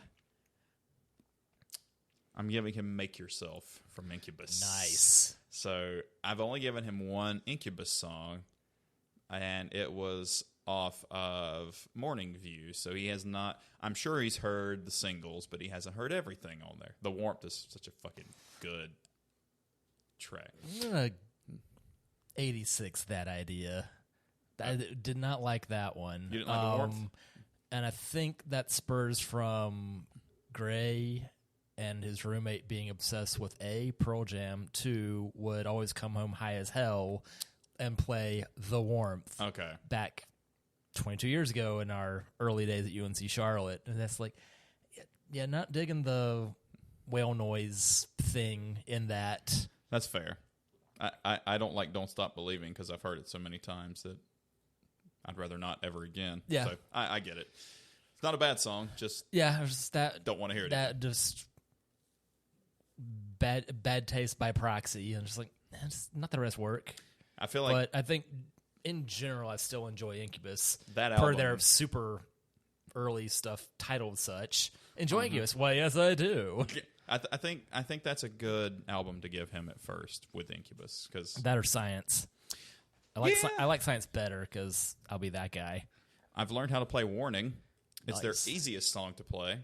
So if you don't know it, if you've never seen their live videos, guys and gals, and I think you have, Brandon Boyd doesn't play any instrument except like congas and tambourine. So that gives the band free reign to kind of play whatever weird, ridiculous shit they want. Also see No Doubt. No Doubt music is way more intricate than you would possibly think because Gwen Stefani never played anything. It's a lot of weird fucking chords and sus chords and diminish and just weird fucking chords. STP, That same was way. like No Doubt was a band that took me a while to get the hang of. Ska punk. But you love punk. Yeah, You like ska. Something didn't click initially, and then eventually it did.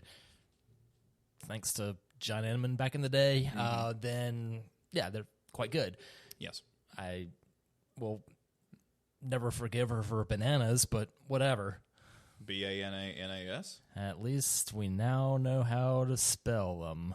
So at work, we would go, this shit is plantains. Plantains.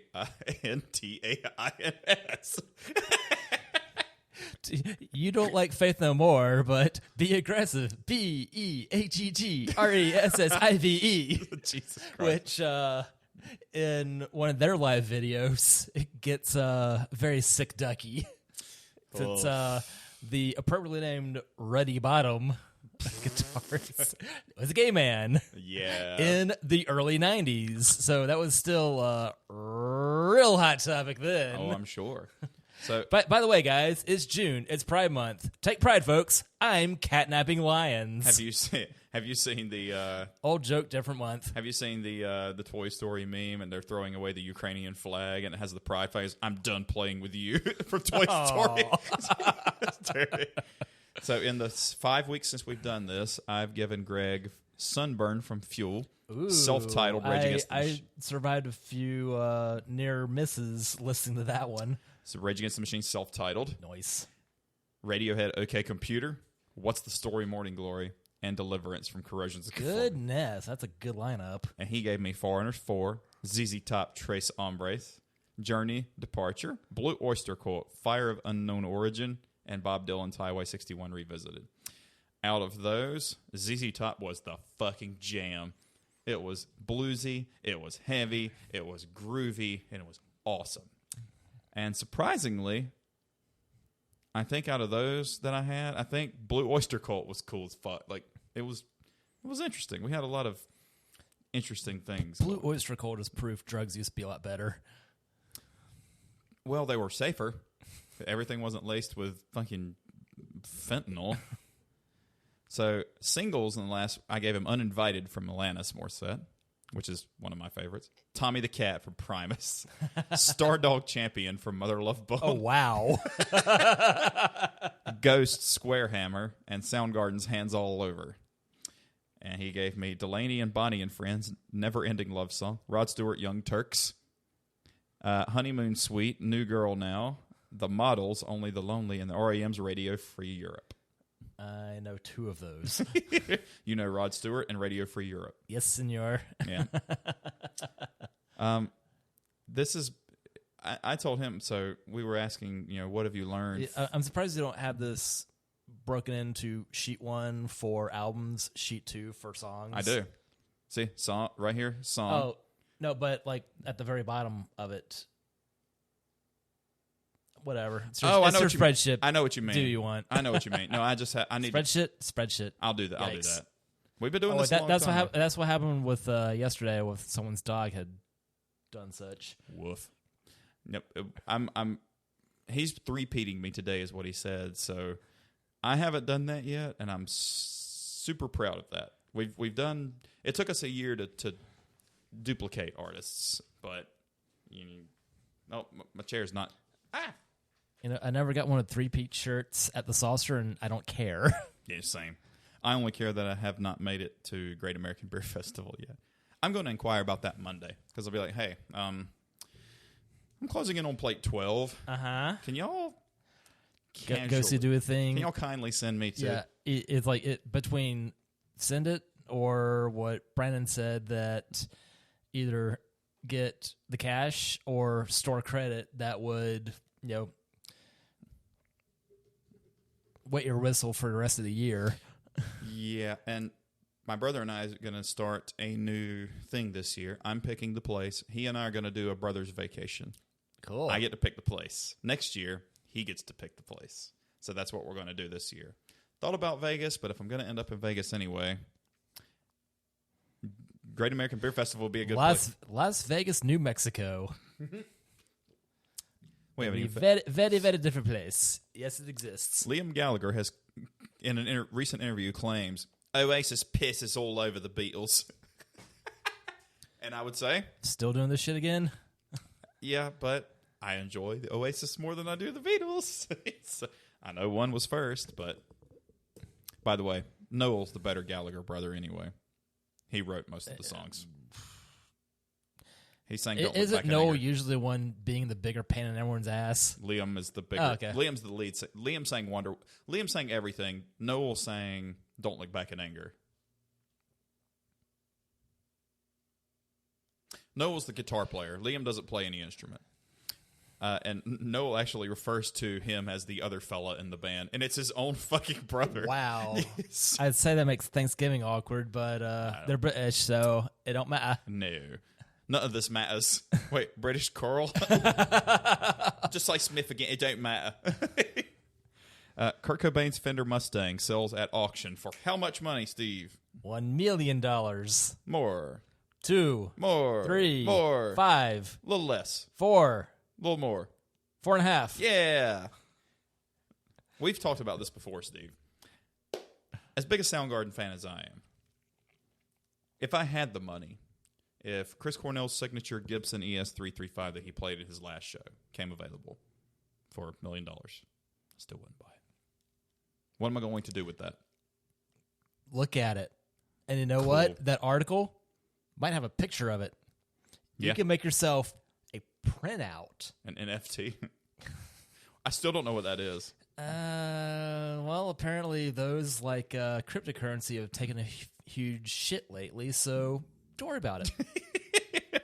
I don't understand cryptocurrency either. Steve, you're a tech guy.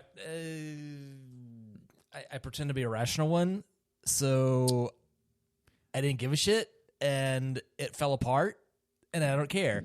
I managed to buy a graphics card 3 months ago, which is the backbone of all these things. Yes. And apparently graphics card prices have taken a tumble. I could still find my same card for what I paid 3 months ago. Therefore, I'm less worried about that, but the higher-up cards apparently took quite the dive. You totally need to get one of those 8-bit sunglasses thing, the deal with it sunglasses, but then you be a trance DJ and name yourself Rational Tech Guy. That'd be amazing. I am Rational Tech Guy. No, I wouldn't. Meanwhile, everyone enjoys my cop sunglasses too much, but I'm not running away from the situation. That's my favorite ZZ Top song, Cop Sunglasses. Wait a minute. Justin Timberlake. Hey, I already told you about the joke from the missing episode, which is going to be really ribald, given the events of, a week or two ago? And there's been 4 other shootings since then, so now that people are putting travel bans in place from other countries because of domestic terrorism from here. Surprise. Hey, that makes sense. Some dude's packing in the supermarket on Thursday morning. I saw one at the Super Walmart.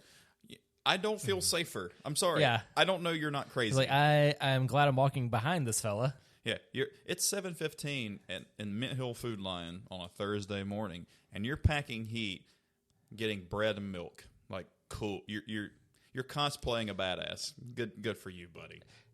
I'm exercising my rights. Cool. Okay. You wouldn't know what. Meanwhile, you should probably just do conventional exercise. Yeah. You wouldn't know what to do when shit goes down more than I would. You just wouldn't. Because we don't have proper training. Yeah. Moving on. Justin Timberlake sells his back music catalog for $100 million. He can't need the money, right? To who? Jimmy Fallon? It's Diet Justin Timberlake, yeah. Well, the two of them that are on Fallon's late night show are really funny. I figured so, but I don't hate Jimmy Fallon as much as most people do. It took me a while. Like, when I first encountered him was through his alleged music. Mm-hmm.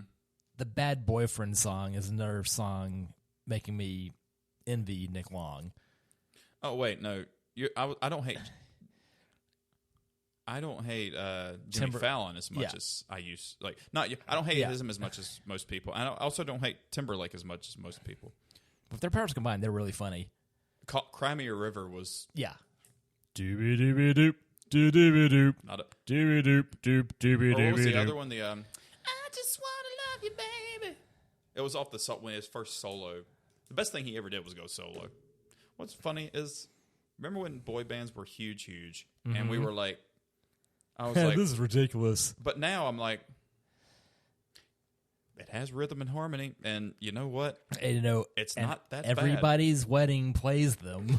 And honestly, it's not. Here's the thing about boy bands. It's not offensive. Now, LFO and like 98 Degrees and shit, and NSYNC and Backstreet Boys, it's not offensive music. Yeah. It's just poppy, bubblegum music, and there's nothing wrong with that. And LFO took the brunt of being the worst of them. Ugh, and one of them's dead. Cheers, Steve. Tink. How bizarre. How bizarre. And Steve, last but not least, but it's an hour and a half in. We're just now finishing. Natch. This is amazing because I don't love the Beatles, but this is great. Berkeley University gives an honorary music degree to Ringo Starr. And when asked about his success, the drummer stated, "I just hit them, man." Ringo's not even the best drummer in the Beatles. Oh, the joke with Metallica when James play, they switch instruments for a song every now and then, and James plays drums and sings. It's like, Lars isn't even the best drummer in Metallica. Yeah, that's completely stealing from the Beatles. When I was in Sober Addiction, me and Gene and Levin would switch, and I would sing and play drums. Levin would play guitar, and Gene would play bass. We'd play Local H because it's the easiest song to play. Well, you're a 3-piece. Local H has always been a 2-piece. Yeah, they are. And if I looked like Scott Lucas, I'd be that angry too. Little Cro-Magnon going on. Yikes. He does. Dude's got some pipes, though. He does have that prominent. The brow matches the pipes. Like, it's equal. It's equal pipe to brow. Equal pipe to brow comparison. I have nothing else on the docket. So you want to go music or you want to go cars? Given yesterday's thingamahoosit, cars. We've done 3-car garage for our birth years. We've done it for countries. We can't do EVs yet because there's just not that many EVs to choose from. Like, which Duracell on wheels do you want? Yeah. So, I got to pee. Then it'd be a Taycan, and a Taycan. And a Safari Taycan. Deal. I got to pee. Okay. So, keep the people occupied, and I'll think of a music category or car category. A category? A category. Category. Normally, you pee before me, so. Pay no attention to yesterday. EVs. Toyota did patent a manual for patent or at least offer up the notion of a stick-shifted EV, which makes that less awful. So, by proxy, you could wind up driving yourself an actual automotive version of the arcade game Hard Driving or Race Driving, right, guys? That you had 3 pedals, a stick shift, and a giant CRT television in front of you. Only life moves way faster than 24 frames a second, or whatever this janky thing had been. The lack of loop-de-doops? Goodness. Loop-de-loops, in reality, though, is quite concerning. They always had to make this see-through so you could, make sure you could see the sky going through this thing. Figure either it's going to be the gray pavement or the blue sky, and should you wind up flying off of this, well, your car sinks, the windshield breaks, and you respawn. Life doesn't work that way. You spawn again. Yeah, something about Toyota, of all companies, having the stick-shifted EV option. Yes, please. How does that work? Well, the typical EV is typically on-off switch that you give it acceleration, all right, a little bit for a little bit of speed, a lot of bit for a lot of speed, but it's functionally similar to a one-speed transmission. Right. Which, if you were to add gearing to an EV, you could extend your range, right? Yes. Because otherwise, my gas car does 0 to 30 in first gear or 0 to 50 in second gear. But if you could give it the differential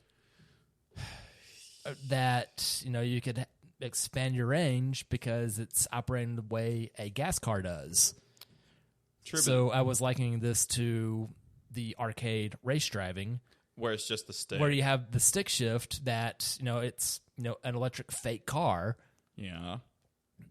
But the lack of loop-de-loops in the world, I find quite disconcerting. I feel like, though, you would be better off if you're doing an EV to have paddle shifters, because if you're not going to have the clutch, it would be kind of weird to... or maybe you don't even need a clutch. It's just, it's going to be, all right, engage cluster A, cluster B, cluster C, cluster D. It'd be more like a sequential automatic where in the drag cars where it's 3-speed drag car where you just one stick right here and then second stick here. Well, or with an electric car, all right, so your stick shift is just going to be like, all in one plane.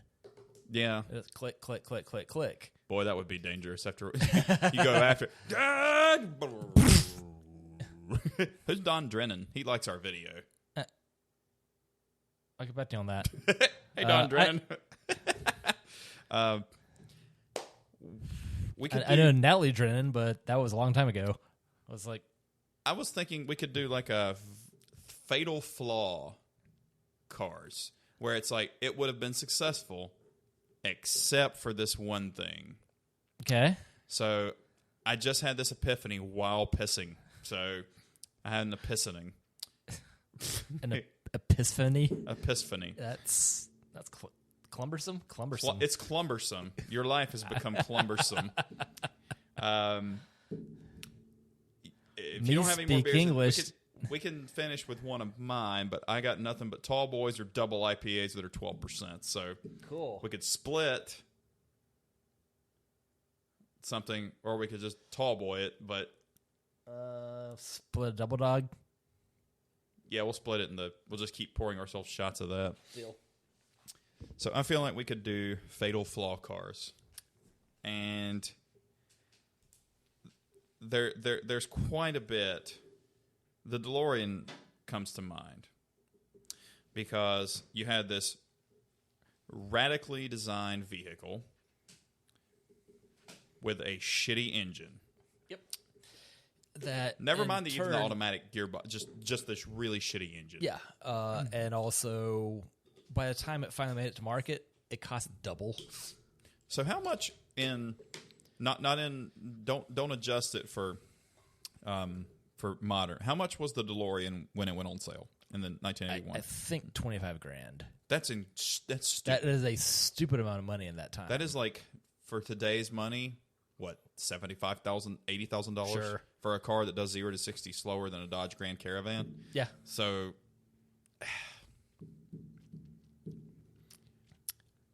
Cutsink. Beer shots. I still got a little bit left in here. This shit punches way fucking hard, though. I felt really terrible. By the end of the pool party, I'm glad I was floating in the tube because I was just out. Oh, yes. Brian was like, yeah, we left. Steve was asleep in the pool. I was like, I'm sorry I had to, we had to feed the cats. I was going to come back, but I just really... I revisited everything I ate. Oh, no. But I've been eating less, so I piled a bunch of salt and alcohol on an empty stomach, and I wouldn't recommend that. Got to get more fiber in, man. I'm eating antacid. I'm putting an antacid in my cheek when I go to sleep at night. Huh? And it's helping my reflux that you've discovered. I'll sleep with it in. It doesn't matter. It dissolves. Well, I guess it's not like a Pepsid then. So that's something you just take like a pill. No, it's the ones that are like sweet tarts. Okay. Like the ones that are like the size of sweet tarts and they have flavor. Like a Tums or Rolaids type thing? Not even that. It's like fucking Care One. Like off. I got them. I'll show them to you. They taste like sweet tarts. And I have a night guard so that it's kind of wedges. I don't choke. I used to put cough drops in. Like, I'm not going to choke on that shit. And if I do, I'll be asleep and it won't matter. I won't feel anything. So we got DeLorean. That's a fatal flaw car. Yep. Could have been successful, I think. More successful. It was just expensive and not fast. 2.8 liter V6? The 2.8 PRV6. From what? Peugeot, Renault, Volvo is why they called that. So two French companies and Sweden that, Volvos of the era were legendary for being bulletproof. Yes. Because a lot of them were 4 cylinders with either naturally aspirated tank motors that were 114 horsepower. You see also both of mine that had the 2.3 non-turbo 114 horsepower 2.3 that engine trouble was few and far between. A few electrical gremlins here and there, but every time we had to take the 90 to the shop, it was $500. It was kind of a mixed blessing that I totaled that one. Yeah, I really hope Emily doesn't total this one because I really like this car. I like it better than the Accord. Let's find another one. Not 22, but that's functionally similar to a 16. If it totals and we decide not to buy it back, we are not getting her a brand new car. No. I'm sorry. It's then she'll finally have to break the streak of the double-digit cars. The 99, the 11, the 22. We're going to get her a 50, 60,000 mile, nice, used something with good gas mileage and good ground clearance. But I'm not going to do the new car thing. Yeah, well, now. The HRV's been around long enough that you could find another one similarly equipped for cheaper. I'll be shocked. It's still a bad time to get a used car, but no, I'll be shocked. There's no shortage of stock for that. I'll be shocked if they total it, because it's 75% of the value of the car, and they'll total it. I really don't think it's $20,000. I don't think I showed her the picture of my crash from a year ago. It's like, yeah, that's bad, but hey, worse things have happened. Uh-huh. And how much did your insurance go up, if you don't mind me asking? I think earlier it might have doubled. I think it was something like $300 for my car and Kaylin's car. A month? Quarter. Oh. And the most recent ones have been $600, but for quarter. Okay. So it's... We pay ours monthly. Just in general, mine's quarterly and has been as long as I've been with that company. That was my sister's previous insurance company, as how I'm with them.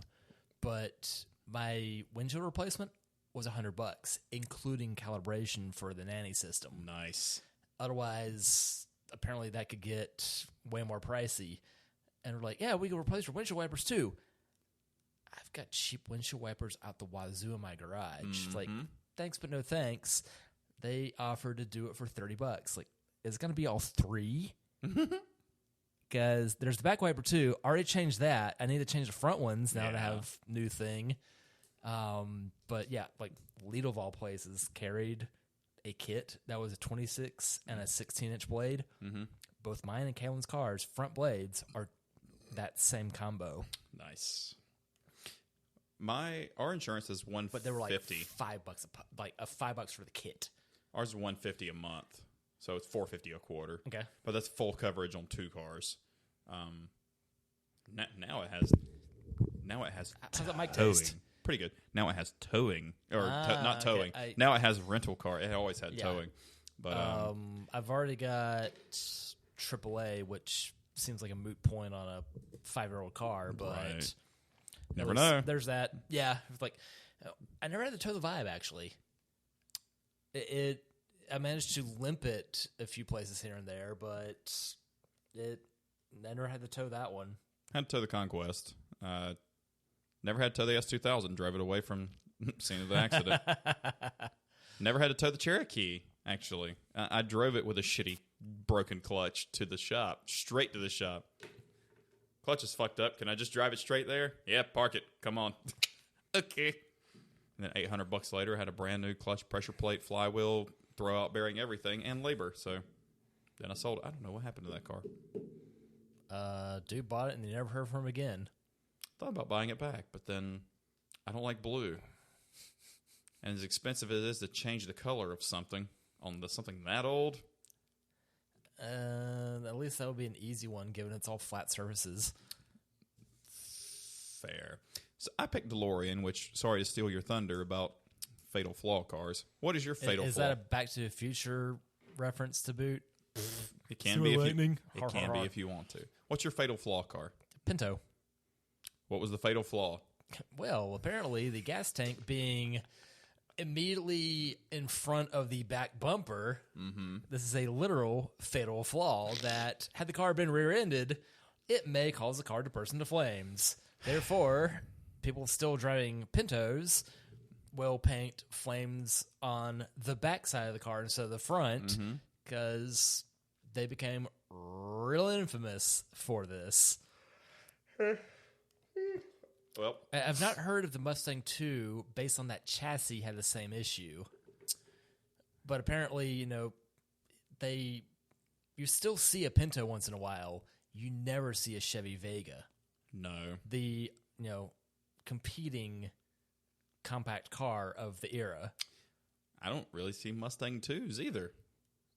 But you do still see a Pinto every now and then. I was going to say Supra. My immediate thought is the bean and not that also being a horse. Also, yes. Andy apparently might have something to say about that, but I go bean I first. keep finding, Pinto bean in the supermarket, and never Pinto horse, be it for human consumption or for dog food. That's the Mexican version of Mr. Bean. Hermano Pinto. Okay. No. I was going to say Supra, but they're making a manual Supra now. So, And that said, the styling of that car has really grown on me as well over, last 4 years? it looks better in person, for sure. Yeah. The keep cracking up at the tail end of it, the taillights look a lot like the one on my car. They do. They really do. And that's okay. Yeah. Fatal flaw. So we've done engine. We've done blowing up from gas tank. You could do Corvair, but Tote Tobs. yeah, that's pretty obvious. Have you heard about Matt Farah finding a copy of Unsafe at Any Speed? From Ralph and Nader. how expensive that book is in print now, because it's been out of print for a hot minute. Yeah, it's But just the sheer amount of negligence offered in this book from the late 60s that, the Corvair got the brunt of it, but lots of other stuff prior to Nietzsche and the IPA doing what they do. Yeah. It's like, they're not just here to annoy you guys. They're kind of here for safety, too. Uh-huh. Fatal flaw. What car that I'm trying to think of stuff I liked that was fatally flawed. I will say, I hate to do this, but Chevrolet bringing back the Malibu as a front-wheel drive car. No. Oh, wow. Make it a rear-wheel drive car and some semblance of exciting to drive. You made it an Econobox rental car fleet vehicle. And now we are 25 years into this beacon of mediocrity. Yes. It's at least I don't like the Charger being 4-door, but at least it has the V8 option and it's rear-wheel drive. Doesn't have a 6-speed option, unfortunately. They have no problem selling those things, though. So See a lot of those in my line of work. yeah, so I got Chevy bringing back the Malibu name as a front-wheel drive Econobox. Your turn. The Chevy Vega, to piggyback off the previous one, really sharp-looking car, but apparently if you left it outside too long, you could hear it rust. And the only one worth it then was the Cosworth by the end of it all. That was the performance version. Mm-hmm. That you had something that looked like a shrunken Camaro and could move like a Camaro. A good Camaro, not... Yeah. Okay. Not like an 86 mullet-mobile Yeah. with a 5.7-liter V8. This would have been a 76 mullet-mobile instead. Okay. Got you. Do you ever see Short Circuit? Yes. I love Short Circuit. Yeah, so it's like on par with the Firebird that the robot takes apart. Fuck yes. Johnny 5. Did they make a second one? Yeah, they did. Okay. And it wasn't great. Solid enough. Still love it. Yeah. It's the first one's better, but putting the robot in New York City in 1988, weird shit delivers. Mm-hmm. My next pick is the new NSX. The fatal flaw was the styling.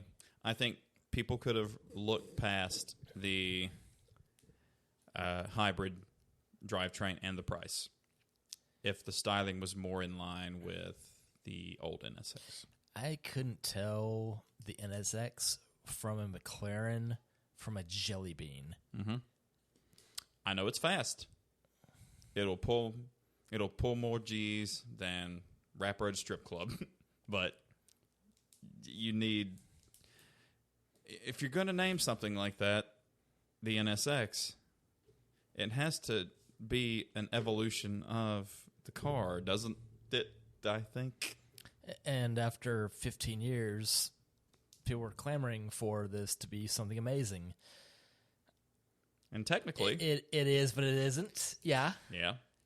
I would sacrifice a second and a quarter mile for a more apt styling. What's next for you? The Integra. Dude. All right, so there's another iteration of the Civic, and it's going to cost you more. Hey, Steve, do I need to let this hit the floor? Should I drop the ball like they did? There's not going to be a curb of it. It's like, they sold a 5-door version of this for a hot minute, guys. They did. It's like not the fact that it's 5-door. Yeah. It's the fact that it's a Civic. Yeah. And I know it's on the Civic chassis. Yeah. But the Civic and Integra always look different. They just did. So And it's not different enough. It feels really strange. They could have named this car ILX and people still wouldn't care. nope, they really wouldn't. The name Resurrection's just If you're going to do it correctly. I'd say Challenger probably did that the best. Yeah. I mean, love it or hate it, it's a boat, but it looks like a Challenger. Yeah. And they put a giant V8 in it. See also the resurrection of the Camaro back in Transformers time 9. Sounds right. That they managed to have something retro-ish pop up, do well for a while. At least the Challenger still looks the part. The newer Camaros got quite ugly, and the visibility rivals a submarine. Yeah. They should have done the retro styling from like the Smokey and the Bandit era instead of that era. Because that era looks too much like the Mustang. And I'm sorry, purists, but it does kind of look that 68 Mustang. Chevrolet Camstang. Chevrolet Camstang. Does look very similar. I had one, and then I lost it. Damn it. Makes me wonder why Ford hasn't brought back the Crown Vic yet. Well, no one's buying sedans, so there's that. That doesn't stop BMW from making the M3. Which is funny that the M3 is now the sedan and the M4 is the coupe. Yeah. There's your easy fatal flaw right there, which you saw not one, not two, but 3 of in Battleship Gray. What were they, AJ? Yeah. Bucktooth. Nosferatu. Yes. BMW stylings. Yeah. Anything really after 09?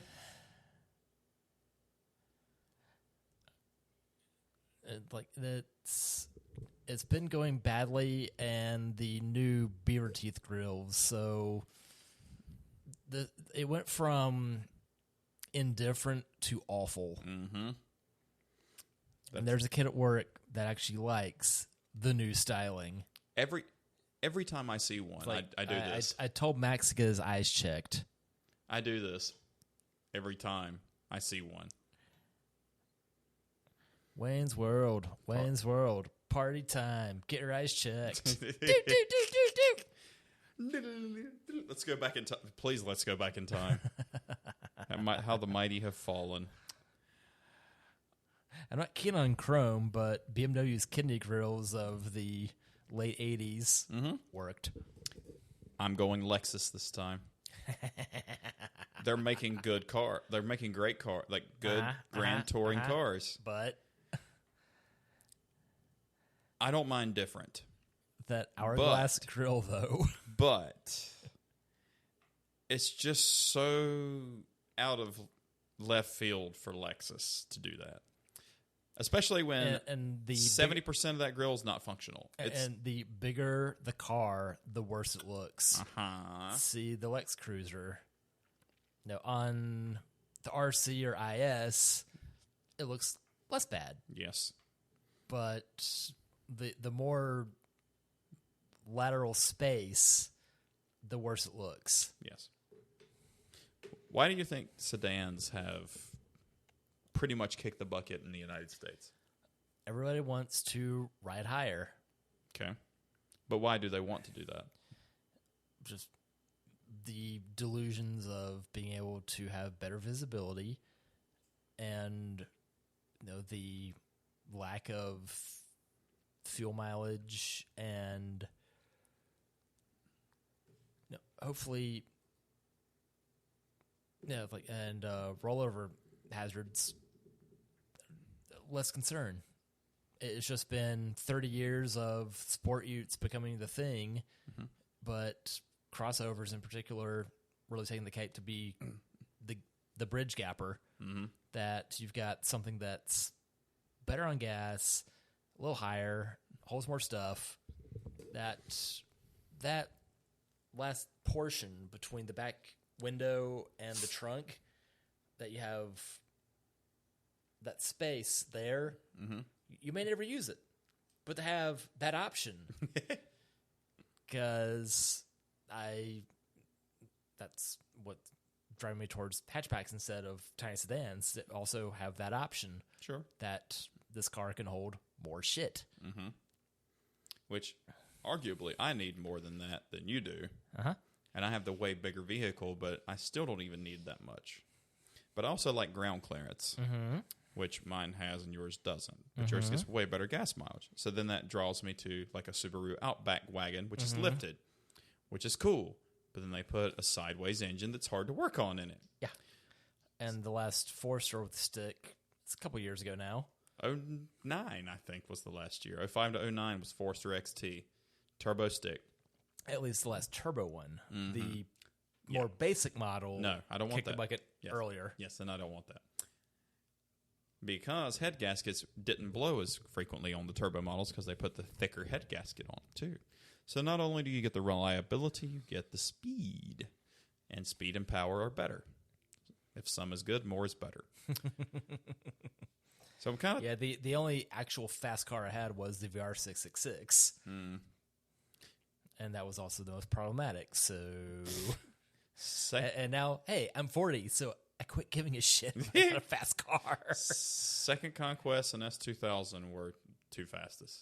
And in a straight line, I don't know which one would actually win. That'd be a pretty good race. Starion would move. It was torquey. I know what wouldn't win. The one I'm in now. It'll move. It will move if you get the revs up, but you better keep that shit up really high. Fatal flaw.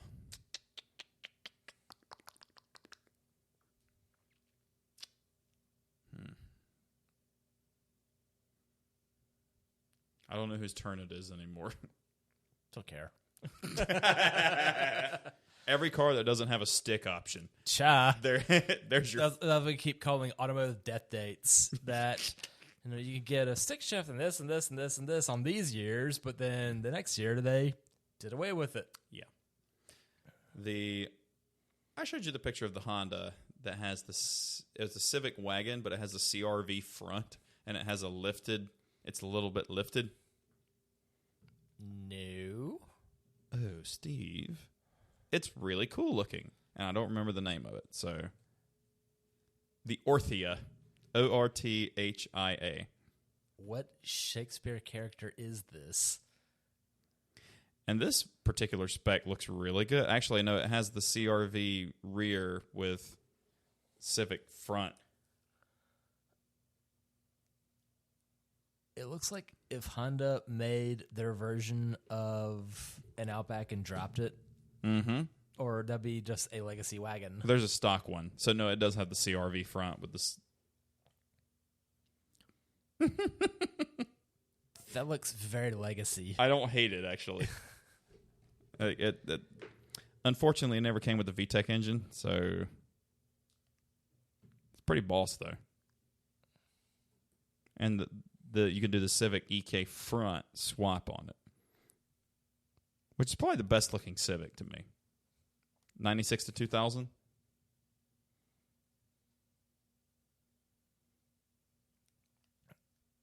I'm less bothered by that. I didn't like it when it first came out because the bug eyes I didn't like. You too big. I like the earlier one better. Mm-hmm. Did get I still like the Integra one better because it was just a little bigger. Or the JDM Integra either. Like I was indifferent to the bug eyes, but whatever. No, I had a 98 HX and really enjoyed the gas mileage out of that and the lightness and fun to drive. And then I ran into the back of somebody. So, whoops. You know, I was thinking today. And now you can't replace that car now because all those have been long since driven into the ground and destroyed. And the I think prior to that was the Civic CX from the 92 to the 95 era. Mm-hmm. Just I have the most bone stock version of it. Roll up windows, Yep. No cruise control, one side mirror. Yeah, the lack of two side mirrors I found of like the passenger side mirror I always found a bit strange. Very. Civic, that was a fun car. What's funny, not funny in a good way, is I wrecked Silver Civic at 20. At 28, I wrecked Silver S2000, and at 36, wife wrecked Silver HRV. Every 8 years, a silver Honda gets into an accident. So that means at 44, We should South not Road. would not own a silver Honda. Silver or gray, like anything gray-ish. Sorry, Fremmer. I am hungry and tired. Okay. So, what do you say we call it? Sure thing. What are you going to call it? Boast Gusters. Hey, well, we're not going out to dinner after this. You got plenty of leftovers. I have plenty of leftovers. So, 108's in the books. 109 will be coming up, hopefully, before 5 weeks from now. See you in July. What? All right, he's Steve. He's still AJ. And we're done. Bye-bye. See you next time. Toodles. Happy Father's Day to you fighters out there, or whatever. That's 2 weeks out. Whatever. Yeah.